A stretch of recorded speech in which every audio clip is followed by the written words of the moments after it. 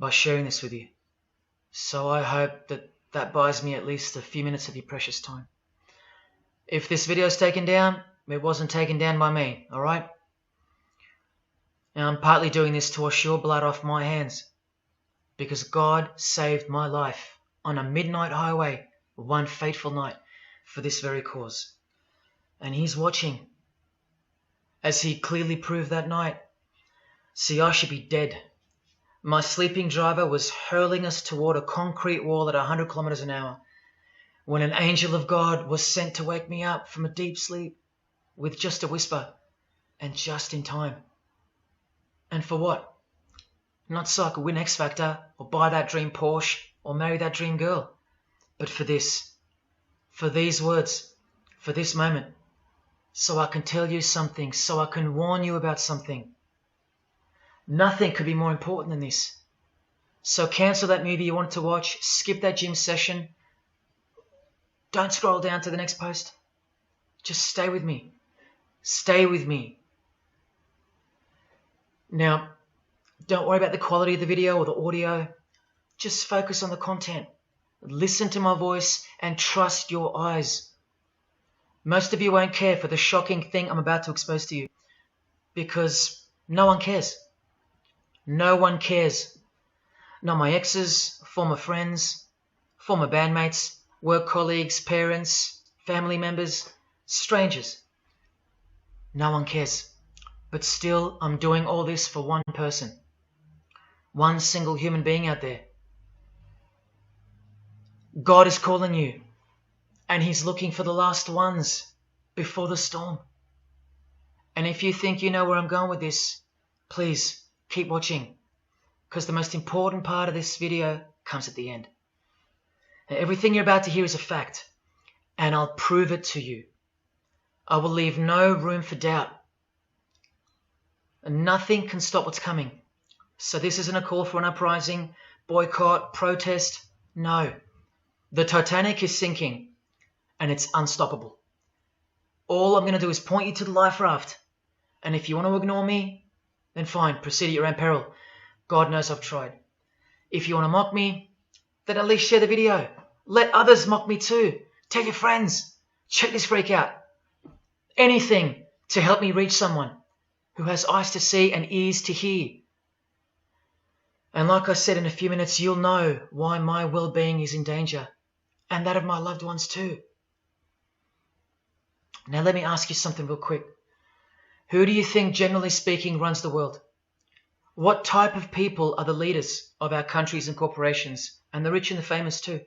I mean, like, are they Christians? Do Christians run the world? Well, no, of course not. Buddhists? No. Do Muslims run the world? No. What about atheists? It's got to be atheists, right? Because we've come such a long way as a society, and atheism is the rational state of mind for the modern type of person, right? No. What about a mixture of people? Different types of people run the world. Let me tell you something. All the leaders from Africa to Europe to the Middle East, Israel, Syria, Iran, all the way to the Americas, all these people, and we'll get to the celebrities in a second, they're not atheists, Buddhists, or Muslims. No. What if I told you that they all belong to the same religion? A secret religion. One that none of them are allowed to talk about. One that you should worry about because it affects you beyond belief in ways that you never imagined. Before I tell you what this worldwide secret religion thinks of you and plans to do to you, let me tell you what this religion is. And how do I know about this religion? Because I used to belong to it. And today I'm renouncing it publicly, breaking my oath of silence, which they imposed upon me and every single other member during ceremonies under the penalty of death. That's why my life is in danger. Every person you're about to see has taken the same oath as I did, over and over, no matter where on earth they're from, including Scott Morrison, your Prime Minister and mine. But see, I was plucked from it, saved from its camouflaged clamps, from its extravagant deception and its spiritual corpse. by none other than God Almighty. No one else is going to tell you this. Not your favorite singer or politician, who more than likely also belong to this hidden religion. Nowhere will they speak because they love it. They love their lives. They love their success, the money, the worship they receive. And then there are those who have left but have never broken their oath out of fear. Trust me, you don't know who you're messing with here. The few that have spoken out, well, they lost everything. Or either their reputations and livelihoods are threatened or destroyed, or they're framed for a crime and end up in jail, or they're murdered and made to look like an accident or suicide. Now, just for the record, the God that saved me, which God was that? Jesus Christ, of course, the one and only. And he's the only one they hate, along with his disciples. So I'm invincible until he's done with me. That's why I don't fear him. Now, please don't let the name of Jesus scare you off just yet, because if you're an atheist, you're especially going to want to hear this. Christians and atheists are the most pathetic bunch in the eyes of this ancient religion, the one that rules them all. And I'm only going to show you the tip of the iceberg. And just like an iceberg, the full body of this secret religion continues down past the line of sight, beneath the ocean. It widens in mass and scope until it continues further into the depths, into ever-increasing darkness and invisibility, until it reaches its foundations, which is firmly established in thick blackness, completely unimaginable and not perceived at all to those who only ever get to see its tip peeking out of the ocean top, including most of its members. At least 75%, 80%. And unless you're a member of this religion and this secret society, as they call it, you won't be granted access to the world stage or of a position of influence. It's become a prerequisite for success now that they've gained pretty much full control and their members are in every place of prominence and power. So brace yourself for the truth that has been hiding in plain sight every day of your life, and for the mind-blowing, out-of-this-world climax to this video. Now look at this. There's a few different ways they display their allegiance. They don't do it often, and some don't do it at all. But most of them can't help themselves, because when they do it in public, it's a hidden statement. And that statement gives them a lot of satisfaction. The celebrities usually cover one eye, or hide it in some way, and obscure it, or emphasize it like this. Or they close one eye, or peek through it, through this hand gesture, all to highlight one single eye. It's called the all-seeing eye. Other times they'll just display a drawn eye somewhere, or a tattoo of it. The other method they use is what's commonly known as the hidden hand. Here, for example, River Phoenix is doing both the hidden hand and the all-seeing eye, so you can see the direct connection between the two. But in the political world, usually it's done with the hidden hand. And of course, this. That's a secret handshake for the members of the secret one-eyed religion. We'll start with Scott Morrison here, hidden in plain sight as usual, for everyone to not see as usual. Look at the handshake. I was taught this very handshake, or grip as they call it, during my time in this great school of deception. Here's a picture of a normal handshake, and here's the secret handshake. Normal, secret. Now here's Scott Morrison with Daniel Andrews. Normal handshake, secret handshake. All of them are sworn to secrecy under the penalty of death. And remember, I'll prove it to you very soon. Here's former Prime Minister John Howard giving the secret handshake, and Kevin Rudd bowing down to this bloke in front of Julia Gillard, all of whom are members of the religion. And Tony Abbott, you'll see in a second, and he's Julia again. Now, I once heard Julia being asked in a brief interview on TV while she was the Prime Minister, The interviewer asked her, "What religion are you?" My ears pricked up as I was eating breakfast and I froze to hear the answer. And she actually said, with a sinister smirk, "I'm a member of a secret society. Next question, please." And what happened? Nothing. No one cared. No one cared that the person who represents them just confessed that she's a member of a secret society, when the Australian society is at large the only society that should matter. And why is it a secret in the first place? I'll show you. Very soon you'll know their beliefs, and you'll know their master plan, and you'll know why they take such extreme precautions with such hideous oaths of silence under the unbelievable penalties, including death, to stay hidden from the public. So what's the name of this religion? Well, I'll tell you right now. But keep in mind, the magic word you're about to hear only hides the true religion inside of itself. That's how it's secretly flourished to spread like a cancer around the world. It's a religion within a fraternity. The name of the international fraternity, the one that camouflages, conceals, and cloaks the secret religion inside it, is this: Freemasonry. This is their official symbol, the square and compass. Sometimes with a G in the middle, and sometimes with the eye, the all-seeing eye. This is the same eye that these people are referring to. That's where it comes from. The eye is sometimes placed in a triangle, and that's where this comes from, the eye in the triangle. Here's Chris Angel doing it, standing also next to a mate with a square and compass shirt on. Not a coincidence. This is not something Jay-Z invented. This is the religion Jay-Z belongs to, and proudly, as you're about to see. The Freemasons also placed the eye at the top of a pyramid because the Egyptian pyramid is integral to their secret system. Here it is on Chris Angel's shirt and Madonna's jacket. That's a Masonic symbol. The Freemasons are sometimes called the Masons for short. It'll all come together and make sense really soon. Here it is hidden in plain sight at the Australian MTV Awards. And this is the MTV headquarters, by the way. Trust me, there's no doubting this. Here's the same eye in a pyramid on a crowded house logo. Yes, initiated Freemasons. Here's the eye on the Harbour Bridge for a New Year's Eve gig. And I wonder what that eye could be referring to.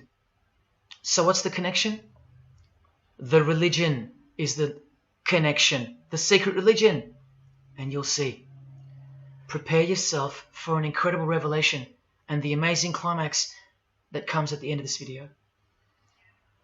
Now this is where the Freemasons are counting on you to lose interest, or roll your eyes and move on. Because in their beliefs, the uninitiated, meaning you, are ignorant and stupid compared to them. You're technically called the vulgar and the profane. Please prove them wrong. Prove them wrong.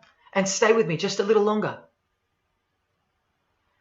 Now the secret identity of this one eye lies in the heart of this religion that lives, breathes, feeds and grows deep inside of Freemasonry. And Freemasonry camouflages it very successfully. So it goes undetected and undisturbed until it ultimately fulfills a thing called the Great Work. That's what they call it. And they will succeed very shortly.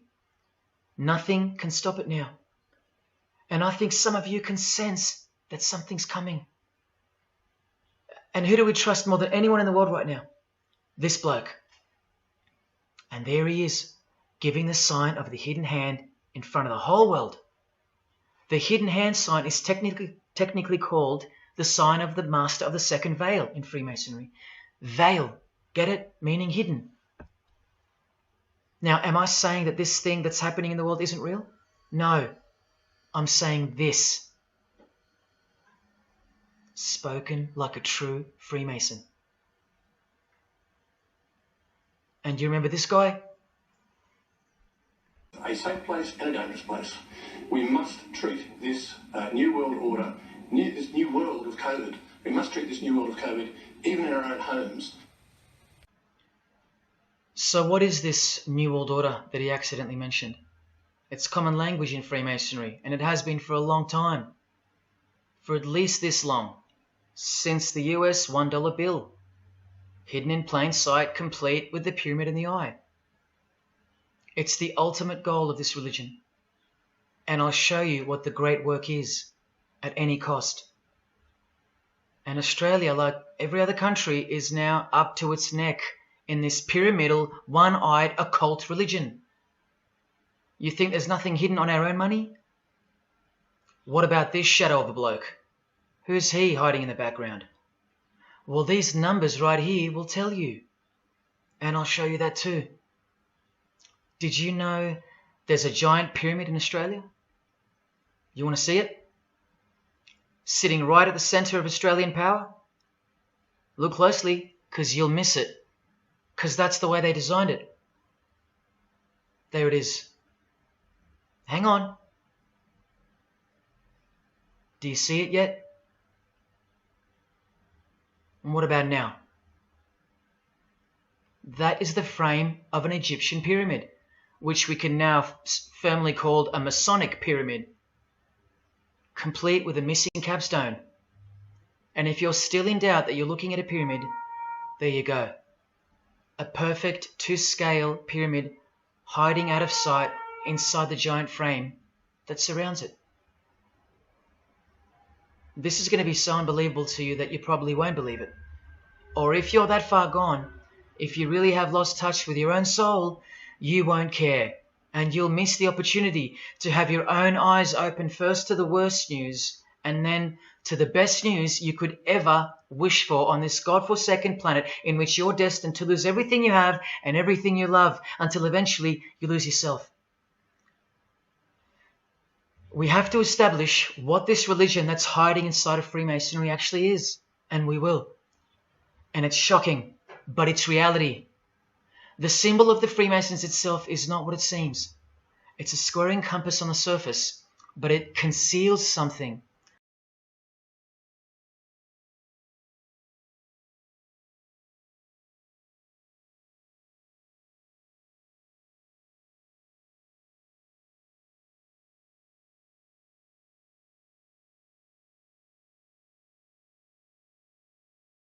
Something that'll become obvious when I show you.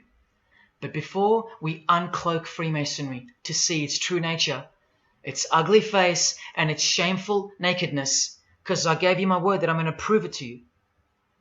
This is the oath they have to take. This is the oath that I took. And your favorite actors and singers, just about all your heroes, just about, even some of your relatives, who probably have no idea what Freemasonry is or was, and why they took such gruesome oaths.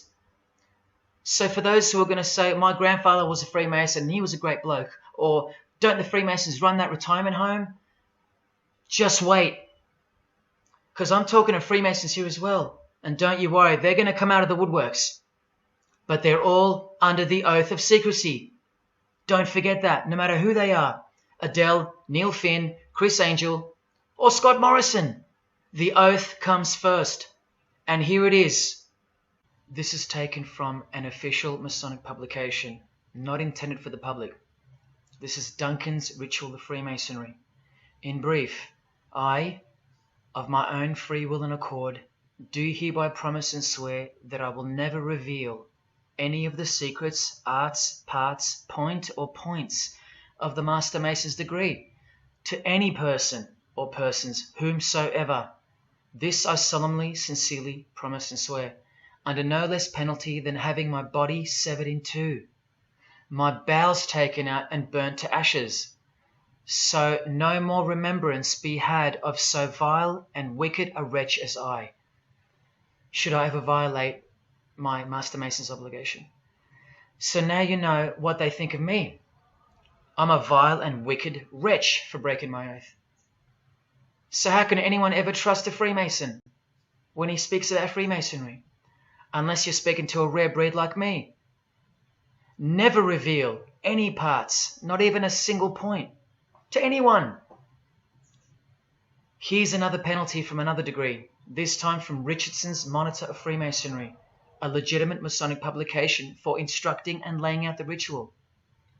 Binding myself under no less penalty than having my throat cut across, my tongue torn out by the roots, and my body buried in the rough sands of the sea.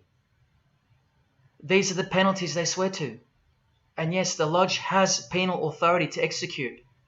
This is how they look when they're initiated. They have to remove all their clothing and jewelry, including wedding rings, crucifixes, the most meaningful things to them, no matter what. They have to go, because complete allegiance to the society is required. You're blindfolded at every initiation because you symbolize someone who lives in utter darkness before you receive the light of Freemasonry. And that light will become so obvious to you in a bit.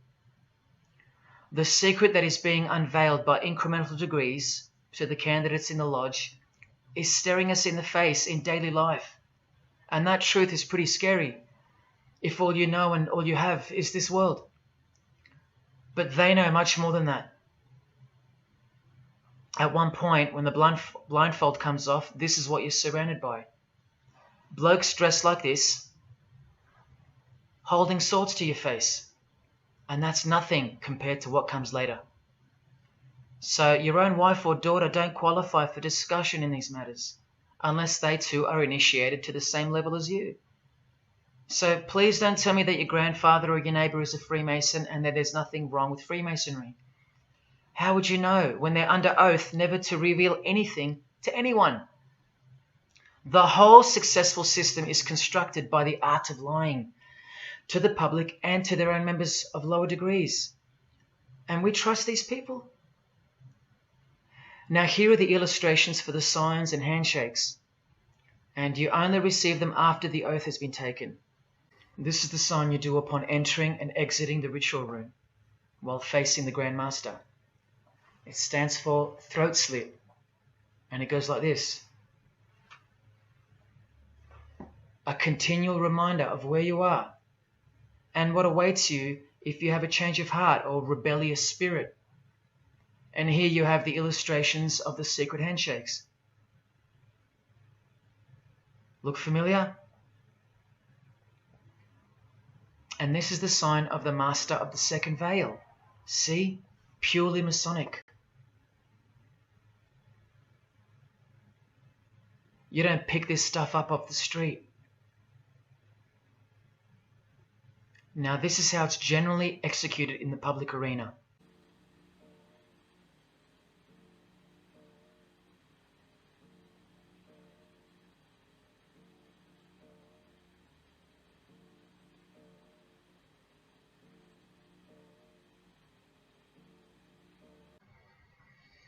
Sneaky, sneaky, huh?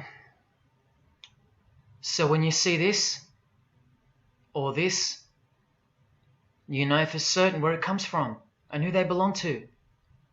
Look at Kramer on the front page of the privately circulated Freemason magazine, officially a Mason, like fellow brother Tony Abbott, and he's doing this. That's a direct link to the mysterious all-seeing eye of Freemasonry.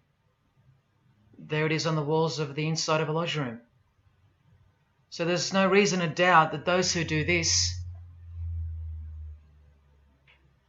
belong to this. This is another sign they do quite prominently. It's the sign of silence. This is from Richardson's Monitor of Freemasonry again, a finger over the lips. Now these signs are slightly morphed over time, so covering the mouth in a variety of ways is the expression of being bound to secrecy and silence. Silence or death, as Little Wayne here is portraying. Here's the oath of a second-degree Freemason on page 21 of Richardson's Monitor of Freemasonry. Binding myself under no less penalty than having my left breast torn open and my heart and vitals taken out, thrown over my left shoulder, should I wilfully transgress any part of this my solemn oath. In this degree, the penalty is to have your whole body dissected, bowels removed and heart cut into pieces and thrown into a field where you are eaten by animals, all to protect the secret religion of the rich, powerful and famous. In the Knights Templar degree, the penalty is to have your head cut off. Listen to this penalty. And this one has happened throughout history more than any other, because it works so well without having to resort to death or the threat of death, and it's easier to execute. Now this applies to all areas of industry. It's done through the ruining of your reputation by fellow Freemasons, pointing him out to the world as an unworthy vagabond, by opposing his interests, making life very hard for you, by deranging his business, by transferring his character wherever he may go, and by exposing him to the contempt of the whole fraternity, the secret society, and the world. Wow. How many people do you think they've threatened, ruined, framed, cheated, and utterly destroyed to protect their secret religion? And in case you think the Masonic Lodge hasn't got the authority over the initiates, especially the ones in the high degrees, this is from the Encyclopedia of Freemasonry. Under mandate, the orders and decrees of the Grand Master or of a Grand Lodge are called mandates, and implicit obedience to them is a Masonic obligation. And in Sickles' Monitor of Freemasonry, you plainly see they have a right to kill. A lodge has a right to exercise penal authority over its members, exercise the penalties. So don't let a Mason tell you, oh no, that's just symbolic, the oath. Their laws are above the law of the land, and the proof are the oaths themselves. Because in normal society, you can't ask someone to accept having their throat slit as a penalty in order to be a member of any club or workplace. Unheard of. But not in Freemasonry, not in the secret society world. I told you, you don't know who you're dealing with and what's coming for us all. Here's what they think of the public. Here in speaking to the candidate, it's stated, but have a care not to defile the sanctuary by a spirit of curiosity, meaning don't try to join us just for fun. And take care not to increase the number of the vulgar and profane, meaning don't invite too many outsiders to join because they're vulgar and they're profane. This is more or less an invitation-only fraternity. Here from the Encyclopedia of Freemasonry again, written for Masons only and written by 33rd degree Masonic legend Albert Mackey, stating the same thing. Masonic definition of profane. One who is ignorant of the sacred rites of Freemasonry. One who is not allowed to enter the temple and behold the mysteries. And here, being uninitiated. That's the world at large. And here from this old ritual book written by the same legendary author, in the 33rd degree initiation, the Mason drinks wine from a human skull, which has been the cause for a few to leave Masonry, because they wonder, whose skull is this? In the 30th degree, part of the ritual involves stabbing skulls. Illustrated right here. The process of submitting the member further and further involves things like this. See, the candidate who's seeking admission into the next degree to receive more light has to be humiliated and intimidated. This guy here has his foot on the candidate's head. This is what our celebrities and politicians and the most prominent members of our society have done and continue to do. No one is exempt from this. And this is the intimidating and frightening path that you must take that binds you to the secret society before you are revealed the true beliefs of the religion. So can you see the risks I'm taking? You have to stay till the end. Don't let me down. Don't let yourself down or your fellow man. Believe me, it'll be worth it. Now here's one of the 3 greatest Freemasons of all time, who actually helped construct the 33 degrees or rituals of modern Freemasonry, Albert Pike. A hideous man with a deeply complicated mind, and one who will soon help you to see who they really are. This is how important he is to Freemasonry. He's buried here, in the House of the Temple, a Washington Masonic Lodge, just around the corner from the White House. He was called the Grand Commander, Sovereign Pontiff of Universal Freemasonry, a giant of this secret society, the only Confederate general who has his own statue. And who were the Confederates? The dudes that fought for slavery, not against it, defeated by Abraham Lincoln. who was surrounded by these Freemasons and who was assassinated by this one, John Wilkes Booth, doing the same sign of the Master of the Second Veil. A Freemason assassinated Abraham Lincoln, undisputable when you have the eyes to see. Now, Albert Pike writes in his colossal work, which some refer to as the Bible of Freemasonry, called Morals and Dogma, and on page 113 he says, "What can there be in common between the vile multitudes and the sublime wisdom?" That's what Freemasons possess, sublime wisdom. That's what their secret is. It's sublime. The secret I'll reveal to you. Now, just quickly, here's Freemason Kanye West. Here he's giving the Masonic grip to his brother Mason Jay-Z.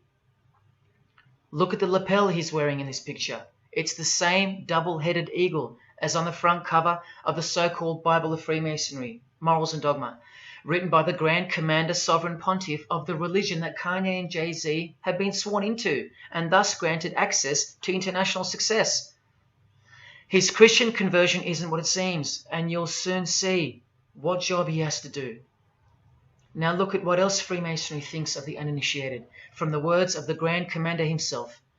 The truth must be kept secret, and the masses need a teaching proportioned to their imperfect reason. I hope you're listening, because we're about to get going here. These truths were covered from the common people, as with a veil. There's that veil again. And the mysteries were carried into every country. Freemasonry was secretly imported from the East into the whole world to weave its web in the darkness, to increase and advance its agenda. The sages, meaning the enlightened ones, always had an esoteric creed, unknown to the vulgar. And here he says, to the end that the vulgar herd, seeing, might not see anything, and hearing, might comprehend nothing. Are they right? Am I wasting my time, laying it all down for nothing? Because they know you so well? Your favorite celebrity and politician's secret religion is beyond the reach of the vulgar. Vulgar is what you are to them. He won't tell you. She won't tell you. And they won't tell you.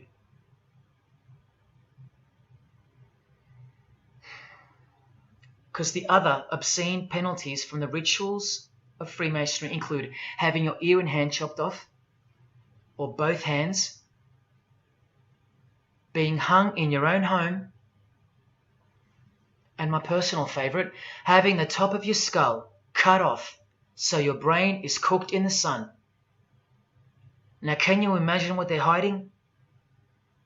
And then the ritual monitor goes on to illustrate the same secret handshakes and signs: hidden hand, sign of silence. These people mocking us, sometimes to our face with their symbolism, while we respect them, admire them, and sometimes even love them and idolize them. All of them partaking in the same initiation rituals, to belong to the secret society, a prerequisite for success, to belong to the religion that gives you everything you want, everything your heart desires, while the Gospels teach accurately that the heart is wicked.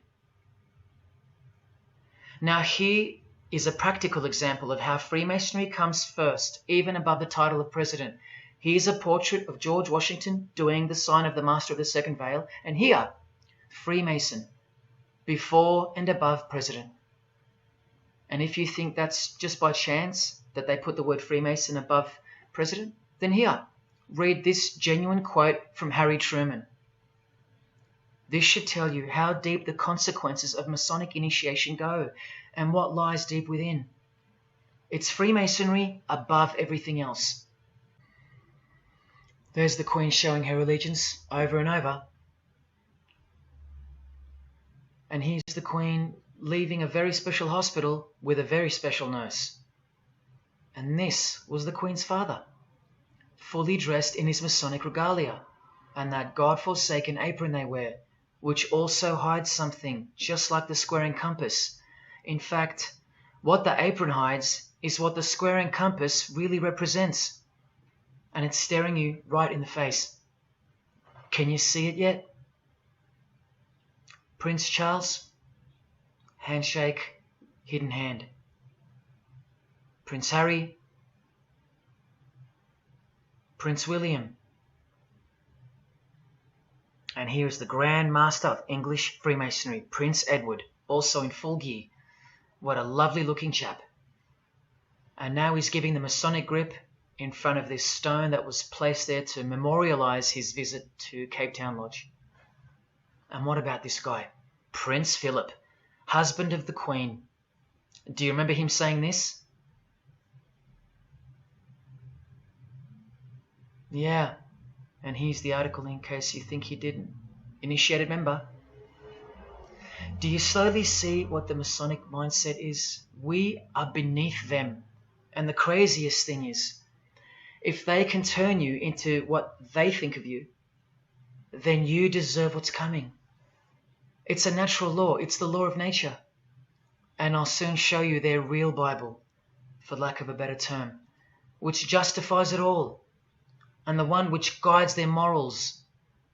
And it makes a lot of sense, because the power of the deceptive phenomenon of Freemasonry lies in the fact that it contains real truth, intertwined with untruth. Now, this actual book that guides their morals and plans, it isn't written by hand, and it's been around longer than the Bible. So they think it's purer, sublime as they call it. And it's the foundation on which the religion is built upon. And that Bible, so-called, that unwritten Bible, is the key to unlocking its secrets. I'm going to hand you that key. And it's all going to come together like a flood. So they're going to own it all by their own words and actions. And they're going to introduce us to a new system of life, but only after a number of shocking events take place, which I'm so close to telling you about. But first, I have to tell you the name of the secret religion and the identity of the I. Now, for the few of you that think of hospitals and charities and nursing homes when you hear the word Freemason, a word which I soon hope to never speak again after this video, well, it's a front, a cover story, and like everything else in this presentation, I'm going to show you. This too is for the poor Freemasons that are going to have the call to make an appearance in the comments section trying to defend their beloved fraternity. This is 33rd degree Freemason Manly Hall, who was named Freemason of the Century by the Scottish Rite Journal in 1990. And you'd be surprised how many Masons haven't ever heard of him, because they don't bother entering the Masonic library and searching out the mysteries themselves. These same Masons think they know something, and they parade themselves on websites and social media, calling people like me, oh, he's just an anti-Mason, anti-Mason. Blind fools at best, deceivers at worst. Well, the Freemason of the Century wrote in this book, and in this chapter, Freemasonry is a fraternity within a fraternity, an outer organization, concealing an inner brotherhood of the elect. One visible and the other invisible. The visible society is a splendid camaraderie of free and accepted men and women, enjoined to devote themselves to ethical, educational, fraternal, patriotic, and humanitarian causes and concerns like hospitals and charities.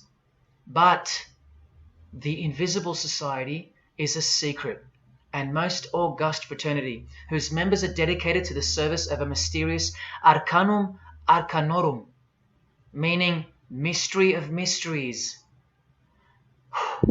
Now I wonder what that could be. So once again, don't listen to the lost or deceptive Masons that'll come here trying to cheat you from the truth, telling you that I don't know what I'm talking about or calling me an anti-Mason. Because there you just heard it. There's a Masonry for the majority of Masons, and then there's the real thing, the secret religion, which should shock you when it's announced. These same lost or deceptive Masons also love to repeat, like parrots, that Freemasonry is not a religion. Well, what does the Freemason of the Century have to say about that? From this book, he writes, Masonry is essentially a religious order. Not just a little bit religious, but essential. And here, the iconic giant of Freemasonry says in Morals and Dogma, every Masonic lodge is a temple of religion, and its teachings are instructions in religion. So please, sit down, Masons, because Freemasonry is a religion. And soon, I'm going to tell you what it's really called. Now look at this from the same book, and speaking about fellow Freemasons being initiated in the lodge room. Part of the symbols are displayed there to the initiate, but he is intentionally misled by false interpretations. Their true explication is reserved for the princes of Freemasonry. The whole body of the royal art, which you'll know all about soon, was hidden so carefully in the higher degrees. So you see, the whole thing is built on lies. And the ultimate liar lives inside the triangle, above the pyramid, so that even the highest Masons are living a monstrous lie. Wake up, Masons. Even you are deceived, just as the public is. Unless, of course, you're hungry enough to want to acquire all the power and climb up that pyramid closer to the eye that sees all. In that case, close your mouth, go back to your lodge, and good luck to you. Or, of course, grow some kahunas and be honest. But then you can't, right? Because you'd be breaking your oath. Sad. Oh, it's good to be free, under the wing of the true master. Stick around if you're interested, and you'll get to see some wonder. When I pull that cloak called Freemasonry right off, and those that are still here watching will get to see the true colors of the nakedness and the horror of the Masonic Lodge, and the religion that rules them all. Another thing that Masons will repeatedly say is that this has nothing to do with Freemasonry, and it's just a conspiracy theory. Well, the 33rd degree Freemason of the century also wrote this book about 100 years ago, The Secret Destiny of America, and look at the front cover. And I'll tell you why America is so important for the ultimate goal of the secret society. It's disturbing, but it's also essential in understanding the near future and what's going to take place. So for the Freemasons that still say that this is not a Masonic design, especially this Masonic website called Masonic Info, insisting here that even the eye in the triangle or pyramid is not Masonic. Completely laughable and pure disinformation for the stupid masses. Try arguing against this. This is from a 1960 copy of the New Age magazine, an official organ of the Supreme Council of 33rd Degrees. No higher authority in the United States to speak of the relationship between Freemasonry and the US $1 bill. Masonic symbolism in a $1 bill. Look at them all. 13 leaves, 13 bars, 13 feathers, so on and so forth. And of course, this, the Masonic all-seeing eye, located in the pyramid. So you think this is a conspiracy theory or just a plain conspiracy? Well, here's JFK, yes, a Freemason, but one who had enough when he wanted to print money disassociated from the Masonic central banks, just like Abraham Lincoln, and he paid the price for it as well. Listen to the speech we never hear about in school. More proof that they control the education system here and everywhere. Please just have a quick listen to this. Ladies and gentlemen, the very word secrecy is repugnant in a free and open society, and we are, as a people, inherently and historically opposed to secret societies, to secret oaths, and to secret proceedings. For we are opposed around the world by a monolithic and ruthless conspiracy that relies primarily on covert means. I am asking your help in the tremendous task of informing and alerting the American people.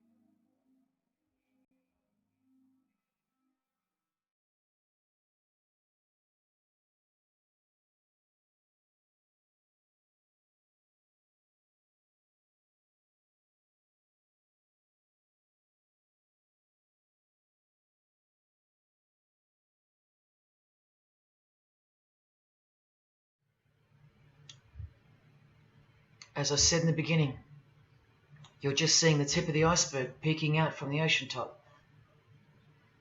I told you, all personalities in the field of great influence are initiated members of Freemasonry. Otherwise, they wouldn't be there. Within 60 seconds of me telling you what international Freemasonry really is, I'll prove it to you. Unequivocally, within 60 seconds. And then I'm going to drive it home, and then I'm going to show you what they're planning with this new age they're implementing, and then the conclusion, which is by far the most important part of this presentation. So when you hear me tell you the truth in just a moment, don't switch off in disbelief because you can't believe that your favorite idol or whoever could possibly be involved, like you know them or something. You don't know these people. You do know that they're under oath never to reveal their beliefs to you. The vile multitude. It's time to trust your eyes now, not your feelings, especially after all that I've shown you. This is why the secret religion is so hidden. This is why it's so ingeniously designed through layers of lies upon lies, cloak upon cloak, and oath upon oath, concealing the truth for its chosen few. What is Freemasonry? What is the most secret yet most powerful religion in the world? Well, that's easy. We live in an evil, evil world. So there's only one religion that befits it. Freemasonry is Satanism in disguise. Now start the clock. From Morals and Dogma, prepared for the Supreme Council for 33rd degree. That's the highest degree in Freemasonry, and written by the undisputed heavyweight champion of modern Freemasonry, Albert Pike.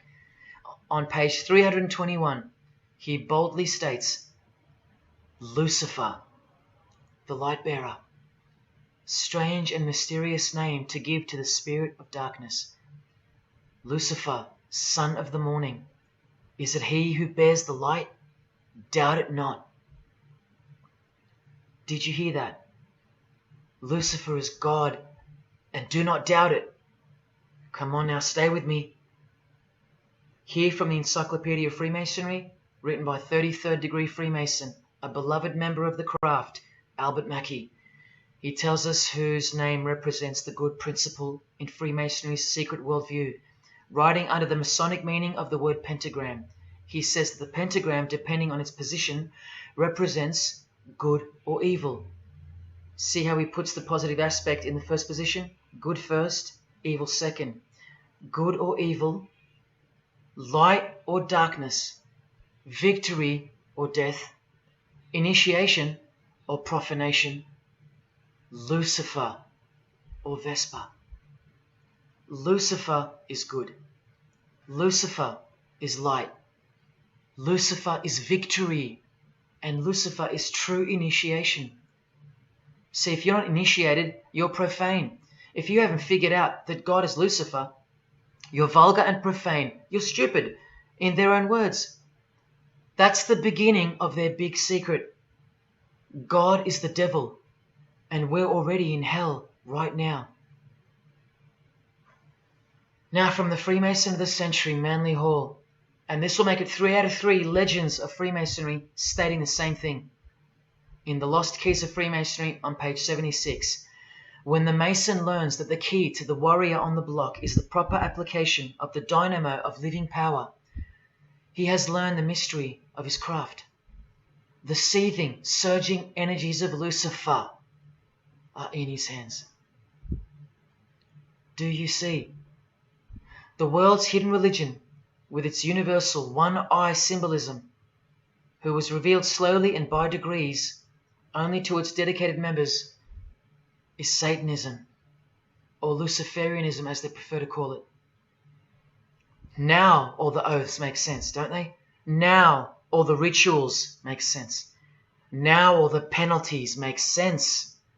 And their secret signs and symbols and handshakes all make sense. While the bulk of Freemasons make the external image of the fraternity and know nothing of who rules over them and who or what they're protecting. But which craft do you think the Freemason of the Century is talking about here? Which craft? Which craft? Which craft? witchcraft. You need to slowly wake up now. Witchcraft is the royal art of Freemasonry, jealously guarded and reserved for the few. I'll show you clear as day that this is in fact true. This is the symbol of Satanism.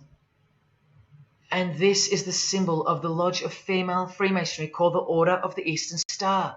Look at that. Satanism, Freemasonry. Trust your eyes. This is the symbol of the Church of Lucifer, founded by a 33rd degree Freemason, which I'll prove.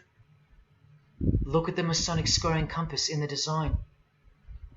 The Church of Satan and Lucifer, two sides of the same coin, nurtured and brought to an organized international level of power and influence by Freemasonry, in secret, and all done right under our noses.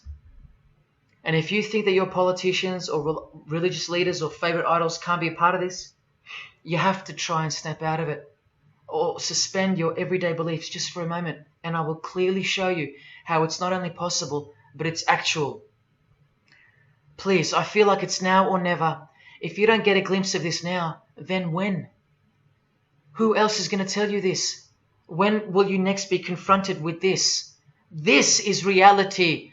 And as much as you thought that ordinary people came into positions of power through hard work or concern for society or family connections, combined with brains and talent, that's not the case. That's the fantasy. This is the reality. They all go through Freemasonry. You think that Sam Worthington was so talented that he was picked over all those American actors to star in Avatar? Of course not. He was a Freemason. And so was the director, James Cameron, of the highest caliber. You have to remember that to them, Lucifer is good. Lucifer is the liberator. Jesus is the suppressor. Lucifer is pure love. Jesus is impure love. Lucifer left heaven for you. Jesus was crucified because he was a false Messiah. The world has always been deceptive, and we have been magnificently deceived. Here is an incredible example. Pay attention. This should blow your mind. Charles Darwin, the father of atheism and rationalism, was an initiated Freemason, doing the hidden hand of Freemasonry in this picture, and the vow of silence in this one. This would have remained unknown to us because no one's going to teach us this. But now we have the tools to see his beliefs, not through his words, but through his signs and symbols. I told you they can't help but to show off their religions because they think we're stupid, vile, and ignorant. And I've proven that to you as well. So once again, are you going to prove them right by switching off and ignoring this? Well, unfortunately, more than 90% of you will. What I'm giving you here is priceless knowledge because no amount of money or success can substitute its importance. And I'm risking everything but my own salvation to share it with you. If only for the few of you. Think about what you've just seen here with Charles Darwin, because I don't know if you got it. You cannot be accepted as a candidate of Freemasonry unless you believe in a supreme being, as exemplified here with Phil Collins, speculated by some to be an atheist, but this seems impossible because being a Freemason, he has to believe in a higher power, or more accurately, supreme being, and I can personally vouch for that. And look here in the Masonic Oath itself. The candidate says, I will not aid or be present at the initiation of an atheist, a madman, or a fool. Freemasonry believes that to be an atheist is to be the equivalent of a madman. And they're right. Yet while they propagate atheism around the world, in universities and schools, Charles Darwin himself was a believer in an intelligent designer, a supreme being. He had to be because he's a Freemason. And that intelligent designer that gave birth to us is named Lucifer in the highest degrees of Freemasonry. See? Never tell. He lied to you because that's what Freemasons do. The whole thing is a giant lie that was carefully constructed by mutilating the truth, because mutilated truths make the most successful lies. This is the secret to their success: a lying tongue and a lying spirit, from the 1st degree to the 33rd degree, to each other and to us. I've proven that as well. And what did Jesus, how did he describe their God? The father of lies. How accurate. The one who comes to cheat, kill and destroy. How accurate again when I tell you their plans. Look here, Charles Darwin is noted as an influential figure by the Satanic Temple. And proof for them, apart from the intelligent design that is all around us, that Lucifer is real and that he's the god of this realm, is the power of witchcraft or magic. Magic works because there's a hierarchy or a pyramidal power structure in the spirit realm, a realm devoid of any love for you. And these spirits can be conjured up and summoned by the practitioners of the royal art of Freemasonry. They ask for something in return, however. Listen to Bob Dylan, a Freemason. Hidden hand, one eye symbolism. Out here doing these songs, you know, you're still on tour. I do, but I don't take it for granted. Why do you still do it? Why are you still out here? Well, it goes back to the destiny thing. You know, I made a bargain with it, you know, a long time ago, and I'm holding up my hand. What was your bargain? To get where I am now. Should I ask who you made the bargain with? with the chief commander. On this earth? And in this earth, and then in a world we can't see.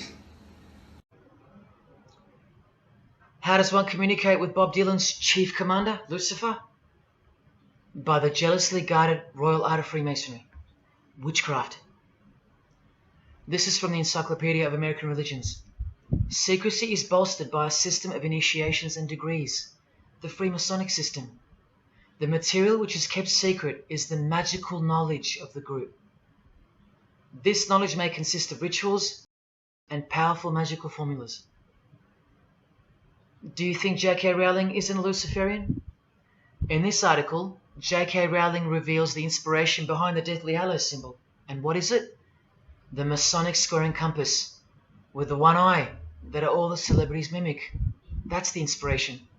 They're all members of the secret society. If you think that doesn't prove anything, here she is with her new tattoo. It says Solve Coagula. Also a song title by fellow Freemason Marilyn Manson. And where does it come from? Here, the Baphomet. The image of Lucifer as conceptualized by another Freemason, Eliphas Levi, in his book, The Doctrine of Transcendental Magic. This horrid thing, with breasts, a penis, and a goat's head with 2 horns, has these words written on its arms: Solve Coagula. The impact of the meaning of these 2 words should disturb you to soberness when I tell you about them. Because apart from other things, they involve the process in which the new system will be implemented at unbelievable cost to you and I. Here's a statue of the Baphomet at the temple, Satanic Temple, complete with 2 little kids admiring it. That's J.K. Rowling's religion, Satanism. The secret religion for the highly evolved and the highly successful. Welcome to the real world. The same Masonic author writes in The Doctrine of Transcendental Magic, in the ceremonies practiced at reception by all secret societies, there are found indications of a doctrine which is everywhere carefully concealed, and that is witchcraft. And in his History of Magic, he tells us it is the royal art. And that's what Freemasonry calls it. And where did he get his inspiration for the Baphomet? From the Knights Templar, another secret society who were banned, and some of its members were executed in the 1300s for glorifying evil, as it's openly stated here in the Satanic Rituals. And where do modern day Knights Templars reside now? Within high degree of Freemasonry, right here. Again from the encyclopedia, and listen to this. The continuing impact of speculative Freemasonry, which means modern day Freemasonry, provided fertile soil in which new magical orders could grow. Magical orders, meaning other branches of secret societies, of which Freemasonry is the umbrella. Because Freemasonry is the king of secret societies. Just like JFK tried to tell us, it's the prestigious channel that one must go through. And it is the reason that the oldest religion in the world has made a colossal comeback and is now on the brink of success. Which, as I said, nothing can stop now. And again from the encyclopedia, the groups wear ritual garb and meet in magical lodges. And where do Masons meet? In the Masonic Lodge. Like here with a magical pentagram on their checkered floorboard. Are you believing your eyes? Or are you making excuses? Here's another statue of the Baphomet at a satanic temple doing the sign of the horned god Lucifer. The hand sign mimicking the horns on his head. And of course, the upside down cross. And here's Barack Obama doing the same sign. And the sign of silence with a twist. Who do you think he's mocking here? You and I. But mainly Christians. Because Christianity is the one force that has stood between you and the inconceivable horror that is awaiting us and is on its way. Here's an article on Barack Obama, and that's his hands adjusting his presidential seal. And there's his Masonic ring, and the sign of the devil's horns, over and over. Freemasonry and Satanism are intertwined. Look at these Masonic politicians throwing up the devil's horns. George W. Bush. Look how sneaky and sinister the look on his face is here. And the manner in which he's delivering the sign. In front of the whole world. Is he a fan of rock music? Is he saying I love you in sign language for the deaf, like some people like to say? This is his fraternal order called Skull and Bones, also known as the Order of Death, where you lie naked in a coffin with what's called a temple prostitute during initiation. Clearly a Masonic order, with this guy displaying the hidden hand of Freemasonry. In Stanley Kubrick's last movie before his death, he's telling you that all prominent members of industry, including politics, as the movie goes on to show, are members of a satanic secret society. In it, he shows the members engage in an orgy and feast after the ceremony of dedication to their horned god. To identify which secret society he's referring to, he leaves the clues in the artwork. Not once, not twice, but 3 times. The One-Eyed Religion. And who do you think the title of the movie is dedicated to? None other than the stupid, ignorant, and uninitiated masses watching the movie. And you know it now. He knew that when we'd leave the cinema, we'd be commenting on the performance of Tom Cruise, or giggling about the orgy scene, or just being disappointed because the movie went too long, or some other meaningless critique with eyes wide shut. Look at the cover of his other movie, A Clockwork Orange. The eye on top of the pyramid. And on his shirt, the word devil in Italian. Let me take it up a notch, in case this isn't registering. Listen to the founder of the Satanic Church, Anton LaVey, tell us in his book, The Satanic Rituals, which is a companion to the Satanic Bible, Masonic orders have contained the most influential men in many governments, and virtually every occult order has many Masonic roots. This is back in 1972 he said this. Now 40 years later it should read all governments, not many. And why is the founder of the Church of Satan talking about Freemasonry, the most respectable and charitable fraternity in the world, that no one seems to talk about and that we never hear about in school? This is why. Because the Satanic Ritual is a blend of Gnostic, Kabbalistic, Hermetic, and Masonic elements. That's crazy, because Freemasonry is a blend of Gnostic, Kabbalistic, and Hermetic elements too. Any Masonic writer will confirm that. But how can that be? Because Freemasonry is Satanism in disguise. On page 106, every rite of the Black Order employed Masonic principles. Every rite of these Black Orders, one of which was called Freunden von Lucifer, which translates to Friends of Lucifer. And guess what? There are numerous manifestations of Satanism in Masonic ritual, including the goat the coffin, and the death's head. Please awaken, O sleeper, and let the glorious light of the truth dawn upon your sleepy eyes. How did Freemasonry get away with this? Just like Jesus, the greatest enemy of theirs, said they would, by dressing the wolves as sheep. A satanic underground carefully cloaked in Christian trappings. That's how Freemasonry got away with it. We can't find out about it because they run the media and the education system clearly. John F. Kennedy was brutally assassinated after he attempted to inform us that we are opposed around the world by a monolithic conspiracy. Did he know that Lucifer was the god of Freemasonry? I don't know. The Grand Master of my lodge, who was the mayor of the city, was a 32nd degree Freemason. That's one short of the top, one short of the true beginning of the secret religion, and he had no idea what Freemasonry really was. After 42 years in the lodge, they never invited him into the 33rd degree initiation because he couldn't see past the Christian trappings, as they were designed to do exactly that, trap the Christian, or trap anyone else who was too sensitive to behold the truth. Thus, Freemasonry could halt their progress at any time without suspicion because it's a rare thing to reach the 33rd degree, and every Freemason knows that. So that there are no rude awakenings that take place with those that aren't ready to embrace Lucifer as the true god of Freemasonry and the world. This is an ingenious system, birthed by what must have been demonic inspiration. Anton LaVey says that this ingenious system I speak of serves as a rudimentary screening process for organized Satanism.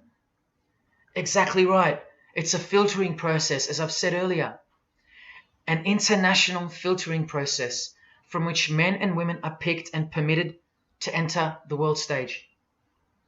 And I'm saying all this for those who naively think that politics and magic ritual do not mix. That's the founder of the Satanic Church. He admits that.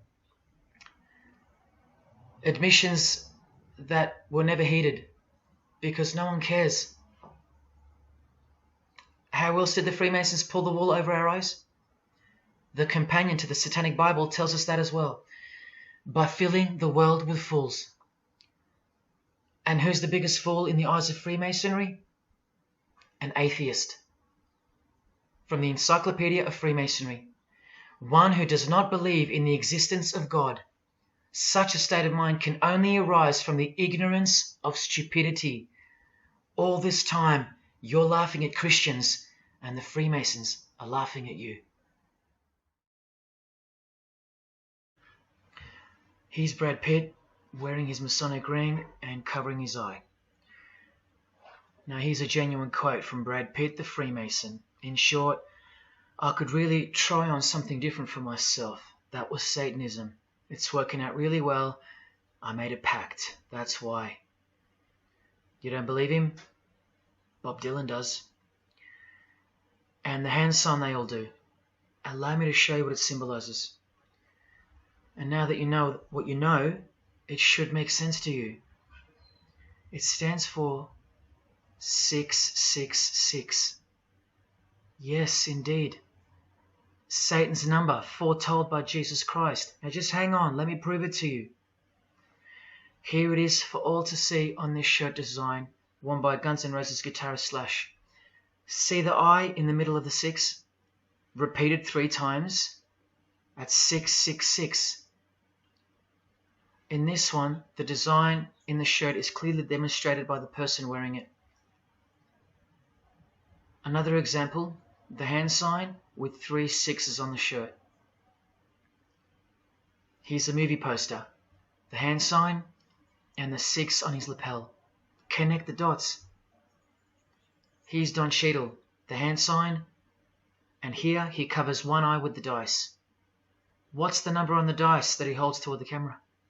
6. There's literally 3 6s that manifest in the hand sign itself, like this. That's why they do it. Here's Drake with the most obvious example, holding up the hand sign with the all-seeing eye of Lucifer on his bicep. And here, blatantly connecting the 6 to the hand sign on the artwork to one of his songs. The hand sign over one eye, obviously signifying a 6. This is proof.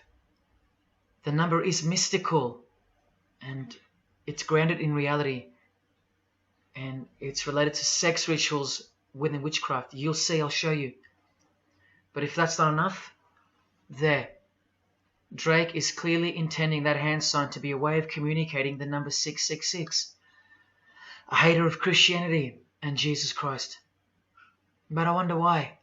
He has everything he desires. Christians aren't suppressing him. He doesn't hate Buddha or Muhammad. None of them do. No. Jesus is who they hate. But they protect Freemasonry by communicating its presence in their lives, not by word, but by symbols and signs. Disciples of Lucifer. While you don't believe it, they take it very seriously, and they mock you by displaying it in your face. They know the truth. The chief commander, the one at the top of the pyramid, is Satan, the god of this world, just like Jesus told you who he is. Britney Spears doing the 666 over the eye, and look at this.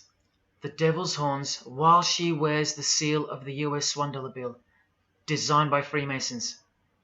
You know why now. You just have to stop denying it. Freemasonry is Satanism in disguise. This is how they tell you. Let's go to Britney's close friend, whom she tongue-kissed in front of the world, sexualized as these people are, and for all the girls out there to be inspired and corrupted by. Madonna, wearing the same Masonic design as Britney.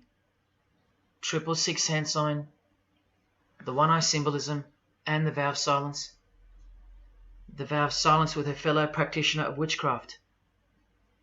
The Masonic eye in the triangle behind her, and now the upside down cross of Christ on her outfit. A member of the secret society who hates Jesus with a passion, as you can see here with Lucifer, the god of Freemasonry, giving her oral sex. Deep despisers of Christianity. Are you wondering why yet? The sign of the devil's horns here, meaningfully placed and done with precise intent, like with all of them. And here teaching her poor children to follow in her footsteps. Truly only God knows how many young people she's perverted in her career, all orchestrated by Freemasonry. Here's the founder of the Church of Satan again, Anton LaVey, showing the horn sign. The horned god of the witches, as illustrated by Una Woodruff in her book Witches. And here, with a member of the Agora sect of Hinduism partaking in a ritual of the oldest religion of the world. She's drinking blood here from what? A human skull. Sound familiar? That's right. That's what all the high-level Freemasons do, except they use wine, until they themselves are invited into the secret religion. It's ritualistically done to gain magical abilities, not a myth. And look at her hand sign. It's also known as the El Diablo. Do you still think this hand sign is a joke, or it's misunderstood or misrepresented by people like me? Look at the cover of Anton's other book called Satan Speaks. Look at the eye. He has one eye emphasized. Can you see? What about the image of Lucifer in the Satanic Temple? Look at the right eye. It's darkened. You ready for this? From the Bible. And this passage is thousands of years old. Woe to the worthless shepherd. His right arm shall be completely withered, and his right eye shall be utterly darkened. Where do you think this hatred for Jesus comes from? Do you think it's because we've outgrown it? Or because it speaks the truth? Who do you think this worthless shepherd with one eye darkened is? And who said, I am the good shepherd? Who said that? Jesus Christ is the good shepherd, not the worthless shepherd with one eye. You think this is all just a coincidence? Just hang tight a little longer and you will see some wonder. Here's Anton LaVey with Freemason Marilyn Manson, and here's Marilyn covering his eye. in case you forgot that this is the eye of Freemasonry, the international religion they all belong to. Here he is giving the sign of the Master of the Second Veil, the hidden hand of Freemasonry, along with his Masonic ring.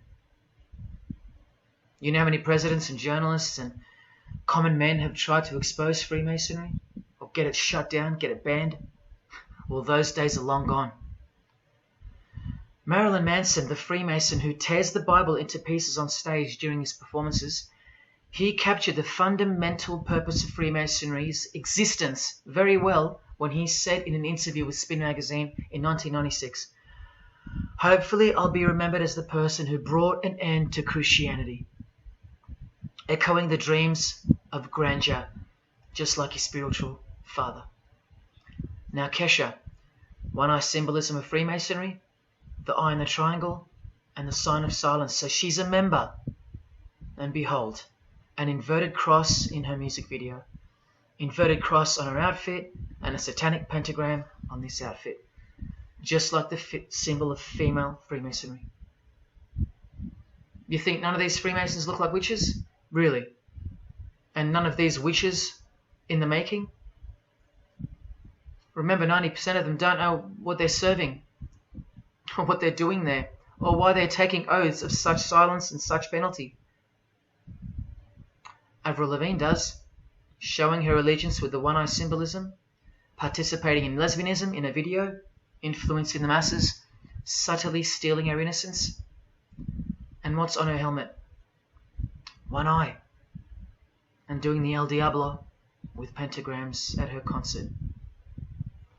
Anthony Bourdain with his one-eye symbolism, he was openly a hater of Christianity. And what kind of woman would suit a man like this? Well, a fellow member of the secret society who hates Christianity too, of course, Asia Argento. One-eye symbolism, again and again. The sign of Lucifer's horns, and this pose of his image. Remember the Baphomet. There's Asia mimicking its pose, complete with the finger position. Creatures with breasts and an erect penis and a goat's head. You know, things you find normal now, thanks to international Freemasonry, normalizing evil and filth through multiple levels of and avenues of propaganda and influence, including television, movies, music videos, schools, education, through legislation, through passing of laws to protect the evil nature, and of course through your favorite idols. Chris Hemsworth, just your everyday good Aussie bloke? I'm afraid not. One-eye symbolism and the sign of silence, both of which mean he's taken all the disgusting oaths of Freemasonry under the penalty of death, thus catapulting him over the competition, never to promote Christian values or Jesus Christ again. The 666 hand sign, and now, see how the hand symbol makes sense? Amber Heard, who was married to this Freemason, who's best friends with this Freemason. I told you they only date, marry, and associate with their secret society. Here with the 666 over one eye, and this tweet. I think it's a tweet, I don't know. Look at the one eye closed, darkened if you will, and identifying its meaning with the devil's hand symbol. Of course, she camouflages the whole thing with her misdirecting words for the dumb masses. But we can see through that now, right? Oh, look, it's Elon Musk replying. He's a fan of Amber Heard. Or is there more to it? Good sign, he says. The sign of the devil's horns. The fertility god. The sex god. That's what he's referring to. Why on earth would he point that out? You know why. But to be sure, let's go to his wife or girlfriend, Grimes. One eye. And whose eye is it? You know that too now. The God of this world, who hates Jesus Christ just like she does. 2 inverted crosses of Christ and the pentagram. And what about Elon's mother? Of course, all members of the secret society. Most of us who never even knew it existed. Blink-182 initiated member with some of his secret brothers from the lodge. Vow of silence. sign of the devil. Cyndi Lauper, all-seeing eye, vow of silence, the sign of the god of this world. Christian Bale, who thanked Satan at an award show, doing the sign of the master of the second veil, the hidden hand of Freemasonry. Ashley Tisdale, all-seeing eye, social media post, and hanging out with her boyfriend, who proudly wears the satanic cross. You think they belong to the same religion? Of course they do. Bonnie Wright, one eye and the satanic horns. John Cleese, I include him here because he's a well-known hater and mocker of Jesus Christ and Christianity. He got rich off it, and he's a proud Freemason, showing his allegiance. Motley Crue, Nikki Sixx, Tommy Lee, Vince Neil holding a cross upside down, and their album cover. Secretly Freemasons under oath while promoting Satanism in the open, doing their job and influencing the masses to hate Jesus and Christianity and to live a life of sin through seduction of their music. Secret Society member Jimi Hendrix hiding one eye and telling you about the secret powers of music. Nirvana, Kurt, bass player Chris, Dave Grohl, Dave and Jack Black making the sign of the pentagram, a geometric tool used in the magical curriculum, and Dave wearing his upside down cross. Hard to listen to all those beautiful songs he's written now. Courtney Love and her daughter glorifying the symbol of Satan, and Nirvana discovering something on a road trip while covering some numbers up. Proud Satanists, all secret Freemasons.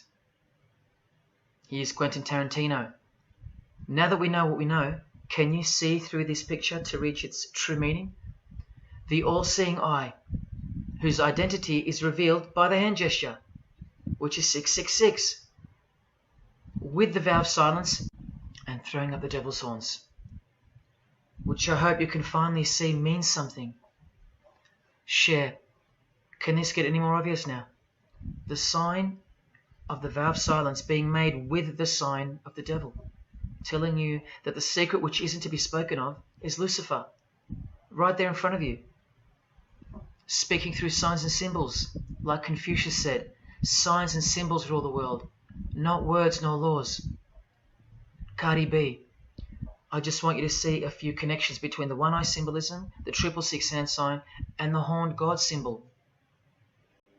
Eddie Izzard, all-seeing eye, hidden hand, and mimicking the horns of the Masonic God.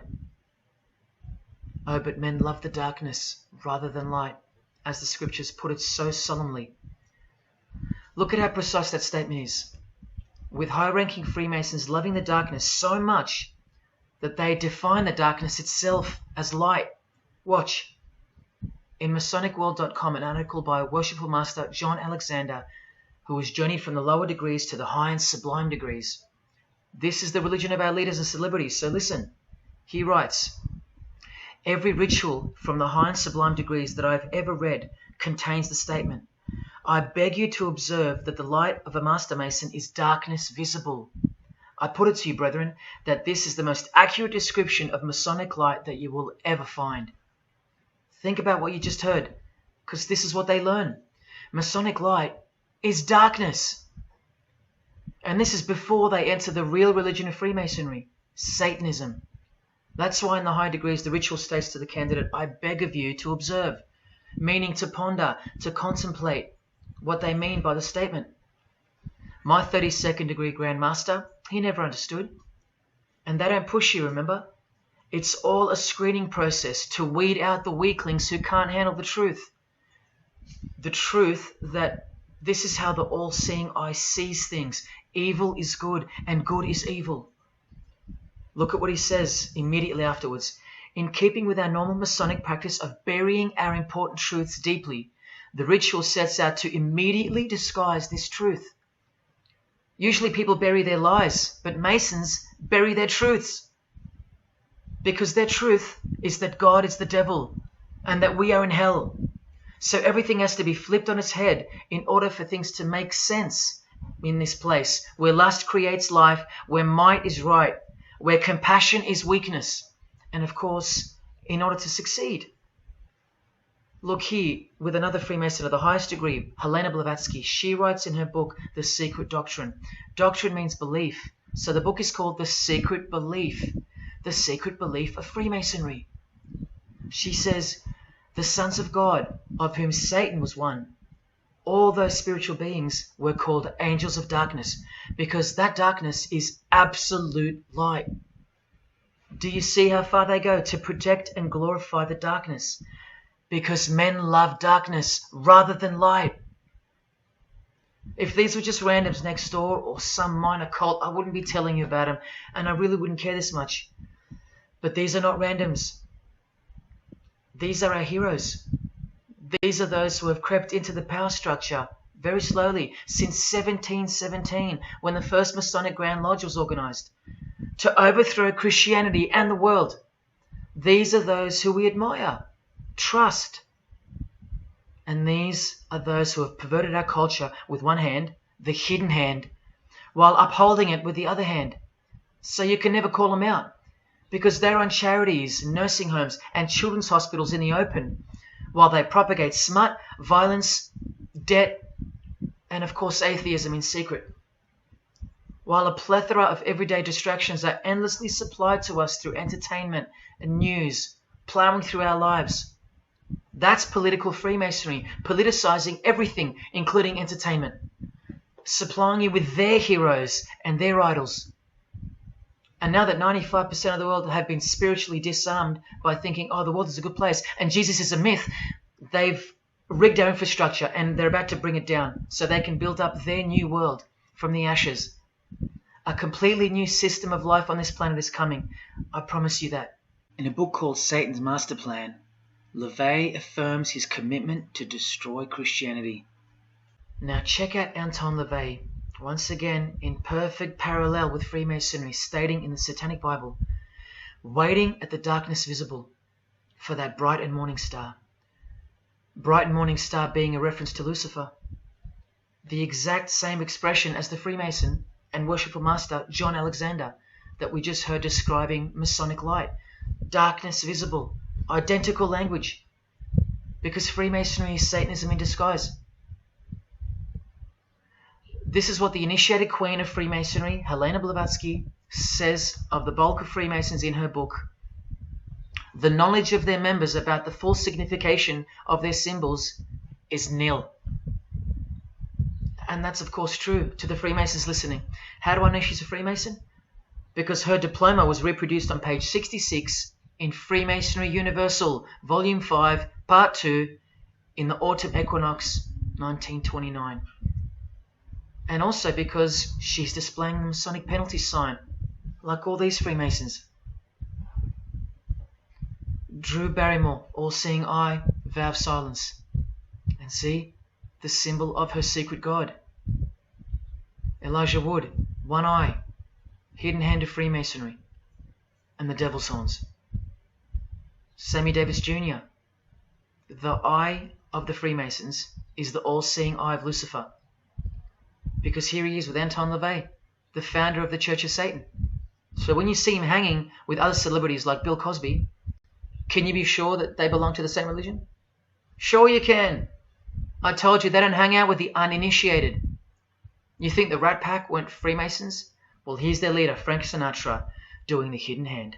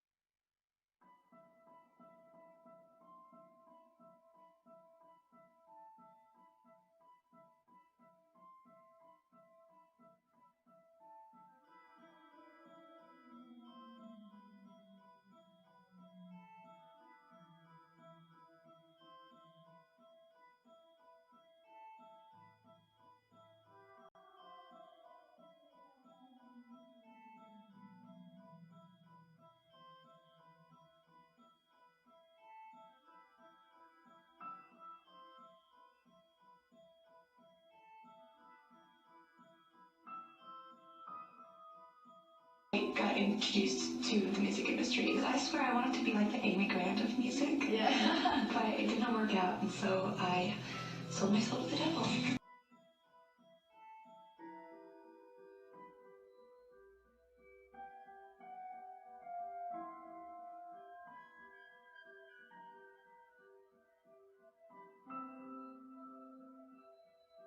On that, how do you consider maybe doing more acting? I only had a few lines. It was fantastic, but I can't really tell you anything else. But it was. Sure you can. I know I can't. It's very secretive. It's a very secret society.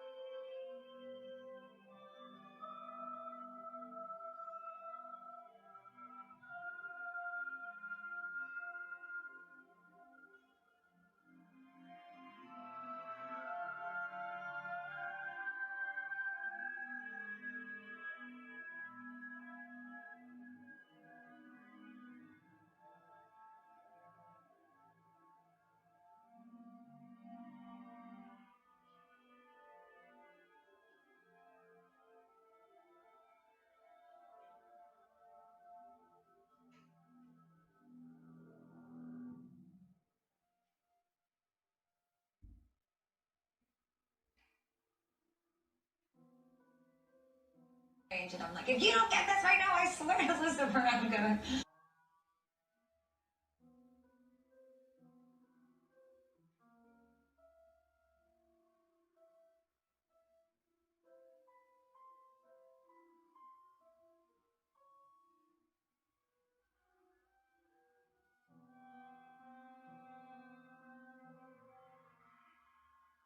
poker facing with your sexuality.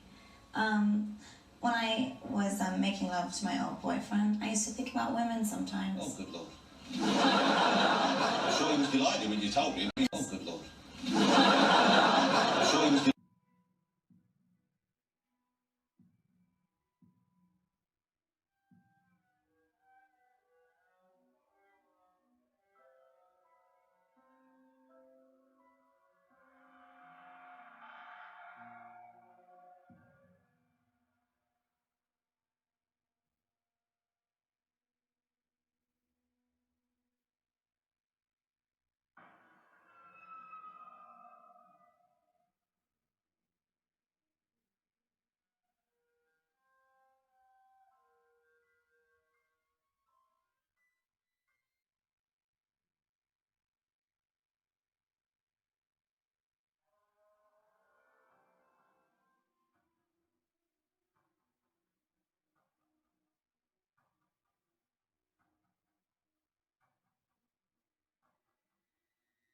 You may feel a small Christ.